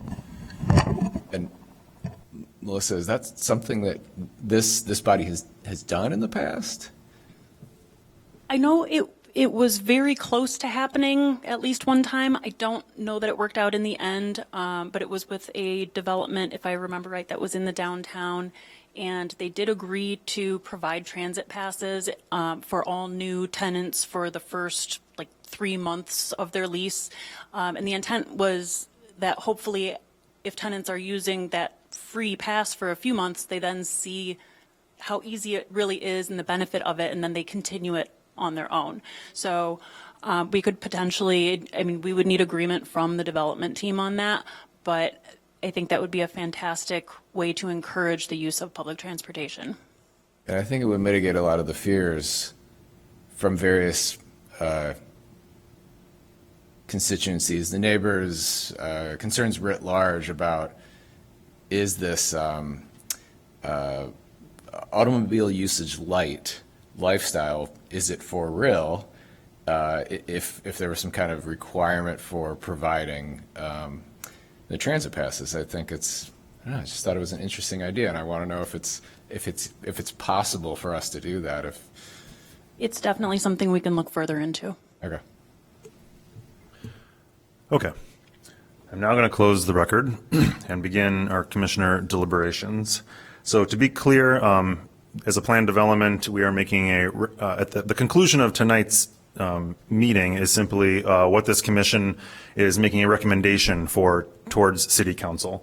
So we can begin deliberations right now. If you have, in addition to your thoughts on the project, please also include any conditions that you would want to include with a potential positive recommendation, including the ones on page 12 from city recommendations and some of the ones that we have come up in conversation tonight.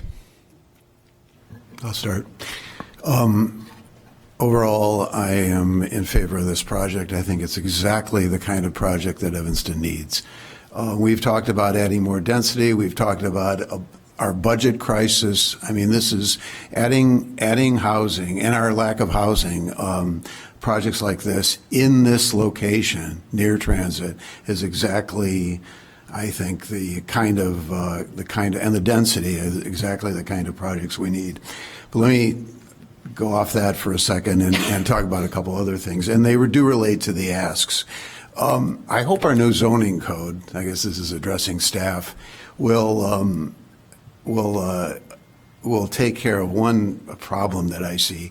Everyone talks about how many units, and then when they see the number of 200 and whatever it is, everybody gets alarmed. Well, if that's because they're studios. If they were 2-bedroom units or 3-bedroom units, it would be half the number of units and the same number of people. So number of units, to me, and it's about the people. It's people drive cars. People, in a positive way, people go to support businesses. But it's not about the number of units. So I just think that should be totally changed in the way we think about this. The other ask is about the height. And correct me if I'm wrong, but the code does allow a 56-foot building. That is correct? Correct. So that's not, that the only difference is, and here's another issue that I have, the only difference is number of floors. Number of floors don't matter. It's the height that's perceived. And residential, as everyone knows, residential floors are shorter than office floors. So it to me, number of floors has no relevance, and it should be just about the height. And in this case, that height complies with the current zoning code. What else can I say here? I think and this is going to jump all over the place, but I think this idea of zip cars, if I were going to recommend anything, I think that, one of the things would be to incorporate zip cars, because you can talk about transit all you want. You can talk about going downtown on the train, but when someone has to go out to Schaumburg to visit their grandmother, they're going to need a car. And how do they get that car? So, I think zip cars are one of the solutions. The other thing I would recommend is regarding someone renting in the building and having a car but not able to park it, or not wanting to pay the fee to park it in their lot. They're going to park it in the neighborhood. And so I would definitely recommend that as part of this approval, that the city, I don't know how this works exactly, that the city designate permitted parking. Is that what it's called? Permit parking in that area. Let me see here, just going down my list. Just related to the idea that we're bringing density and more people to this area. I heard one of the speakers said that the businesses are opposed. I would think that the businesses would be happy, thrilled to have more patrons of their business. So that statement just does not make sense to me. We talked about the generator. I think that's all I have. Thank you. Commissioner Linwell? Sure. I am generally in favor of this project. I think that the requests, the site development allowances make sense. We're in a situation where we're transitioning from what, for decades was an industrial building to residential. However, I do have some concerns about some of the conditions that the staff had recommended. I believe that number 3, the one that was basically saying that if the city adopts or eliminates minimum parking requirements, that the north parking lot not be built, I think that is something that really should be left to the development team and the market if there's a need. And I believe that the access drive on the north is really important. And, and I look and I'm not even quite sure how you'd build the parking. You've got windows on the units on that north facade. So I would suggest that we not include the number 3 under the staff suggested conditions, but I do believe that we should include the requirement that and I understand I don't believe there's a resident-only parking district in that particular neighborhood, which I would hope that the neighbors and the council member would work to establish. But I think that one of the conditions should be that the tenants in that in the new development not be able to access resident-only parking permits. And I think we ought to add a condition to that the developer work with staff to minimize the impact of the required generator on adjacent neighbors. So, I mean, that would be, those would be I'd eliminate the suggested condition number 3 and add the one about the parking permits and working on the generator noise issue. Thank you. Going down the line, Commissioner Arvalo. I'm in favor of the project. I just do have a comment on the trash room or the trash area. I know you you said that you would be willing to, I guess, give it more space by taking out of the MEP or the electrical room. What about eliminating one of the studios? Would that be a consideration? And then is there a study, something that will tell you how many people would be living in the building itself based on the square footage of each unit and how that impacts how much trash is developed? If something could be added as a study, or how they develop how much trash is being generated from a building of this size with the amount of people.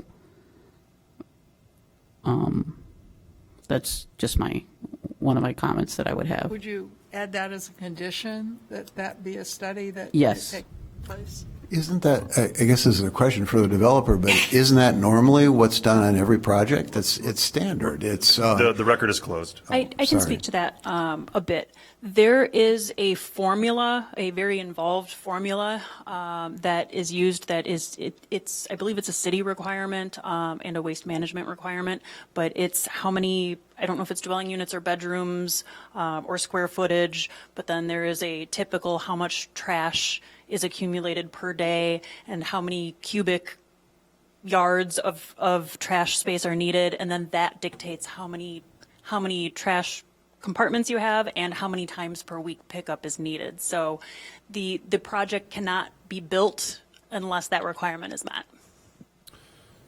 Okay. Satisfactory? Yep. Okay. Commissioner Johnson. I concur with what I've heard from my colleagues up here, many of the comments. I'm generally in favor of the project. This project is, this site, as we read in the packet, it said something about it's one of the most transit-oriented sites in the entire metropolitan area.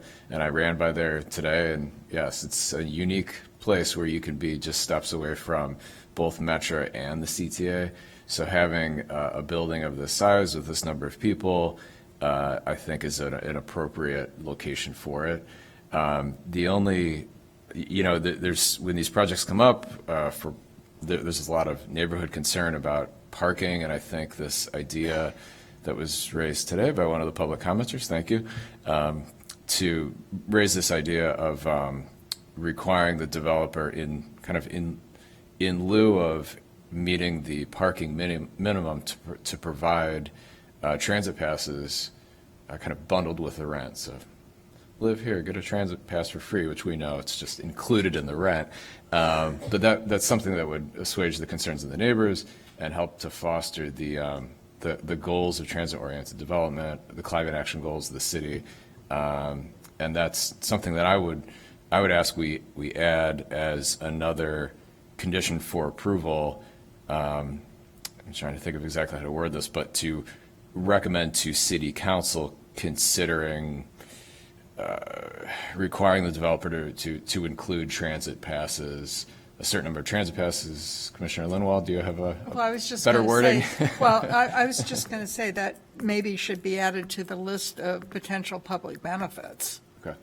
Rather than as a condition of approval. Better said. Thank you.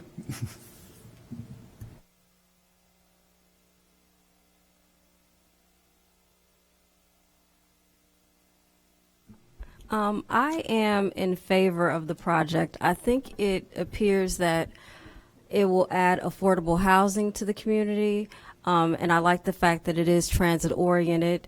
And, as long as they follow the conditions that are listed by the city, that there's a construction management plan, and that it follows an inclusionary housing ordinance and the green building ordinance, I think it should be fine. Thank you. I will go last. I am also in favor of the project. I think this project is the future of Evanston. It's emblematic of the future. If anybody's been paying attention to the envisioned Evanston comp plan and our zoning process going to be happening over the next 3, 4, 5 months, We're going for more density, more people, especially in transit-oriented areas. It's a no-brainer. Concerns are well heard, and I think we're going to do our best to put in as many conditions as possible in order to mitigate that. But this is exactly what Evanston needs. I like the design a lot. I love how it's open to the south and how that design works out with all the daylight. It's beautiful. And I won't say any more. With that, we need a motion. Oh, of course we do. Thank you for reminding me. Let me get to that point. So I guess I do have a lot more to say. Let's see here. Okay, so in order to vote, we have to support that vote with judgments on the standards that are codified in the zoning code for planned developments and special use in this case. So what I'm going to do is read through the standards. I will offer my own interpretation of whether or not I think they are met or not. And if there is a commissioner that disagrees with any of my judgments, just wait till I'm done, and then you have your opportunity to speak up and say so for the record. Just reminding everybody that if you do feel that any one particular standard is not met, then that does compel you to vote negatively for your recommendation. Okay, starting on page 12, actually moving on to page 13. The requested site development allowances will not have a substantial adverse impact on the use, enjoyment, or property values of adjoining properties that is beyond a reasonable expectation, given the scope of the applicable site development allowances of the planned development location. Although it does seem like there are many allowances being sought, I think the case has been made clearly that this is a special case and a special site, and the overall benefits of the project outweigh the adverse impacts. I think the other point to make, and I'm not sure to make it here, is that the zoning is very old, outdated, and it's likely going to change. So this is looking toward the future and not. Thank you. Number two, the proposed development is compatible with the overall character of existing development in the immediate vicinity of the subject property. I believe that standard is met, and I like the argument in the packet that says how the streetscape, especially along the main Dempster Mile, has a lot of similar developments with zero front setbacks in order to provide that business-friendly feel. Well, and it's also residential to the west, and including a couple of fairly large buildings with minimal setbacks. Thank you. Number three, the development site circulation is designed in a safe and logical manner to mitigate potential hazards for pedestrians and vehicles at the site and in the immediate surrounding area. I believe that standard is met. We saw layouts for fire protection and access, and how the developers have been thoughtful about traffic patterns and the traffic study provided in the packet. Yeah, and just the fact that we're expanding the width of the alleys that serve the property, I think will help mitigate any potential traffic impacts. Thank you. Number four, the proposed development aligns with the current and future climate and sustainability goals of the city. I believe that standard is met as the green building ordinance is planned to be followed. Number five, public benefits that are appropriate to the surrounding neighborhood and the city as a whole will be derived from the approval of the requested site development allowances. We've seen in the packet a extensive list of public benefits, which we also plan to potentially add one or two more recommendations during the motion segment, and those exist.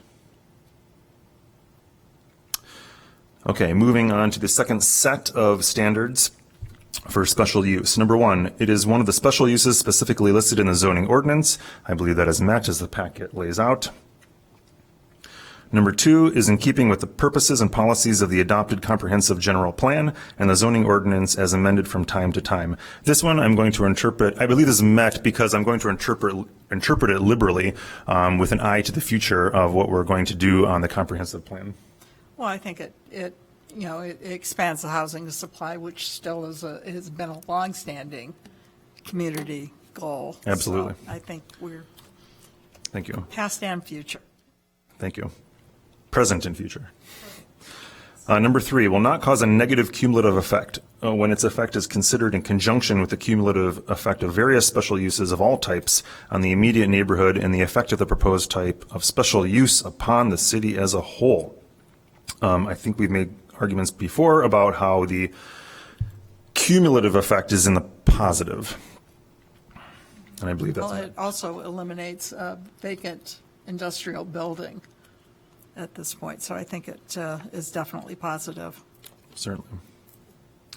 Number 4, does not interfere with or diminish the value of property in the neighborhood. I believe that standard is met. I think the point has been made several times tonight that the cumulative economic benefit to the area is going to be overwhelmingly positive to the businesses and the foot traffic and the pedestrian life in that mixed business district. I would say also that there are other buildings of similar height and similar density in Evanston, and I certainly have not heard of any diminished property values when the residential is adjacent to these buildings.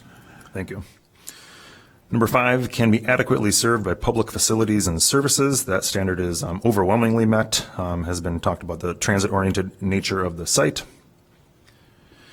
Number 6, does not cause undue traffic congestion. We've seen in the I believe that standard is met. We've seen in the packet how the study has been provided. And although we do anticipate a slight increase in traffic congestion, we believe that impact is minimal and is also being mitigated by other parts of the plan. Number 7, preserves significant historical and architectural resources. I will say that standard is not applicable, as we've not seen any evidence tonight in the packet or during testimony about any particular particularly or codified historical value of this property, of this area. Number 8, preserves significant natural and environmental resources. I would say that is also met. It's either that or not applicable, because I'm Yeah. not sure we have anything of value on that site. Yeah, good point. I think there hasn't been anything in particularly environmentally valuable that needs to be saved in this spot.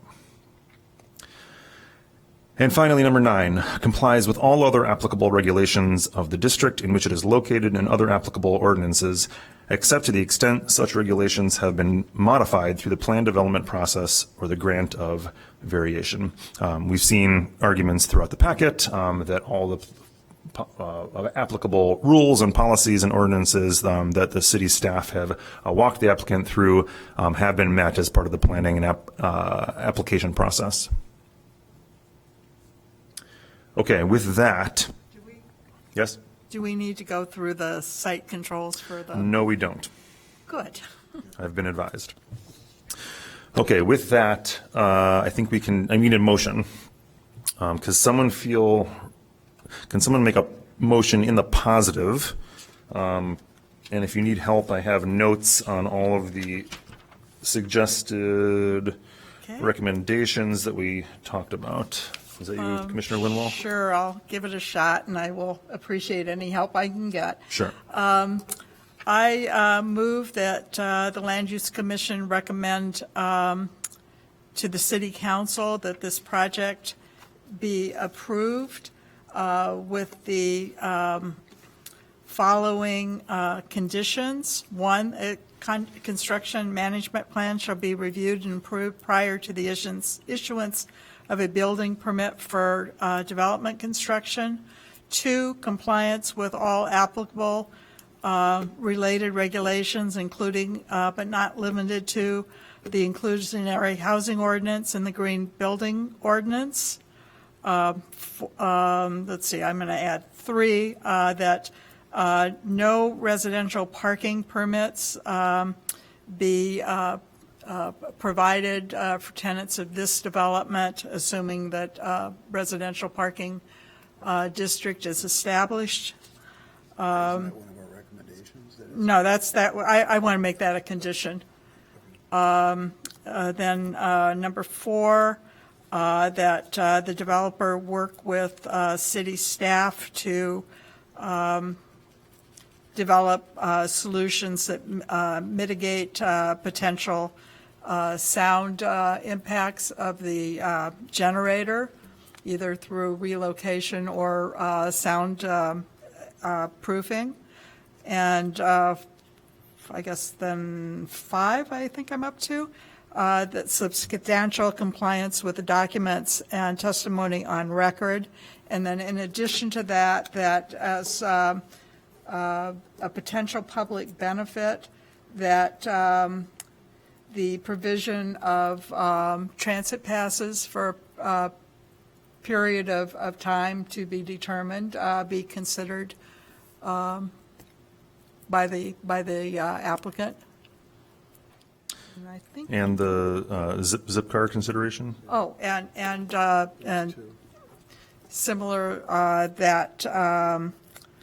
that would be a public benefit, I think. So an additional public benefit would be that the establishment of on-site zip car be considered. What about the establishment of permitted parking? I did that. You did that. That was part of that was part of the recommended conditions. So the conditions, the one I'm eliminating is the one that requires elimination of the north parking and access drive. And that we're adding as conditions permit parking, or the not being allowed to have permit parking. But the park. As I understand it, the parking regulations in the neighborhood right now are limited to 2, someone spoke about this, to 2 hours. Oh, that's something. I'm saying, but that's, I think that's different than what I was thinking of. I was thinking that you cannot park in the neighborhood unless you live in the neighborhood. Yeah. Unless you're a resident. You know, the point is that resident-only parking district allows only residents on those streets to get parking. So, but that would be a condition, and then dealing with the generator noise would be a condition. Thank you. The zip car and the Yeah, transit you got- pass you got would be it. recommended public benefits. You got it. Okay, I have a motion. Do we have a second? Second. Okay, so moved by Linwall, seconded by Halleck. Megan, can we please have a vote? Commissioner Aravalo? Yes. Commissioner Halleck? Yes. Commissioner Johnson? Yes. Commissioner Linwall? Yes. Commissioner Mangum? Yes. And Chair Patel. Yes. Okay, with 6-0 in favor, that passes. We are going to make a positive recommendation to City Council. Congratulations on your application, and city staff will be in touch with you about next steps. And thank you very much.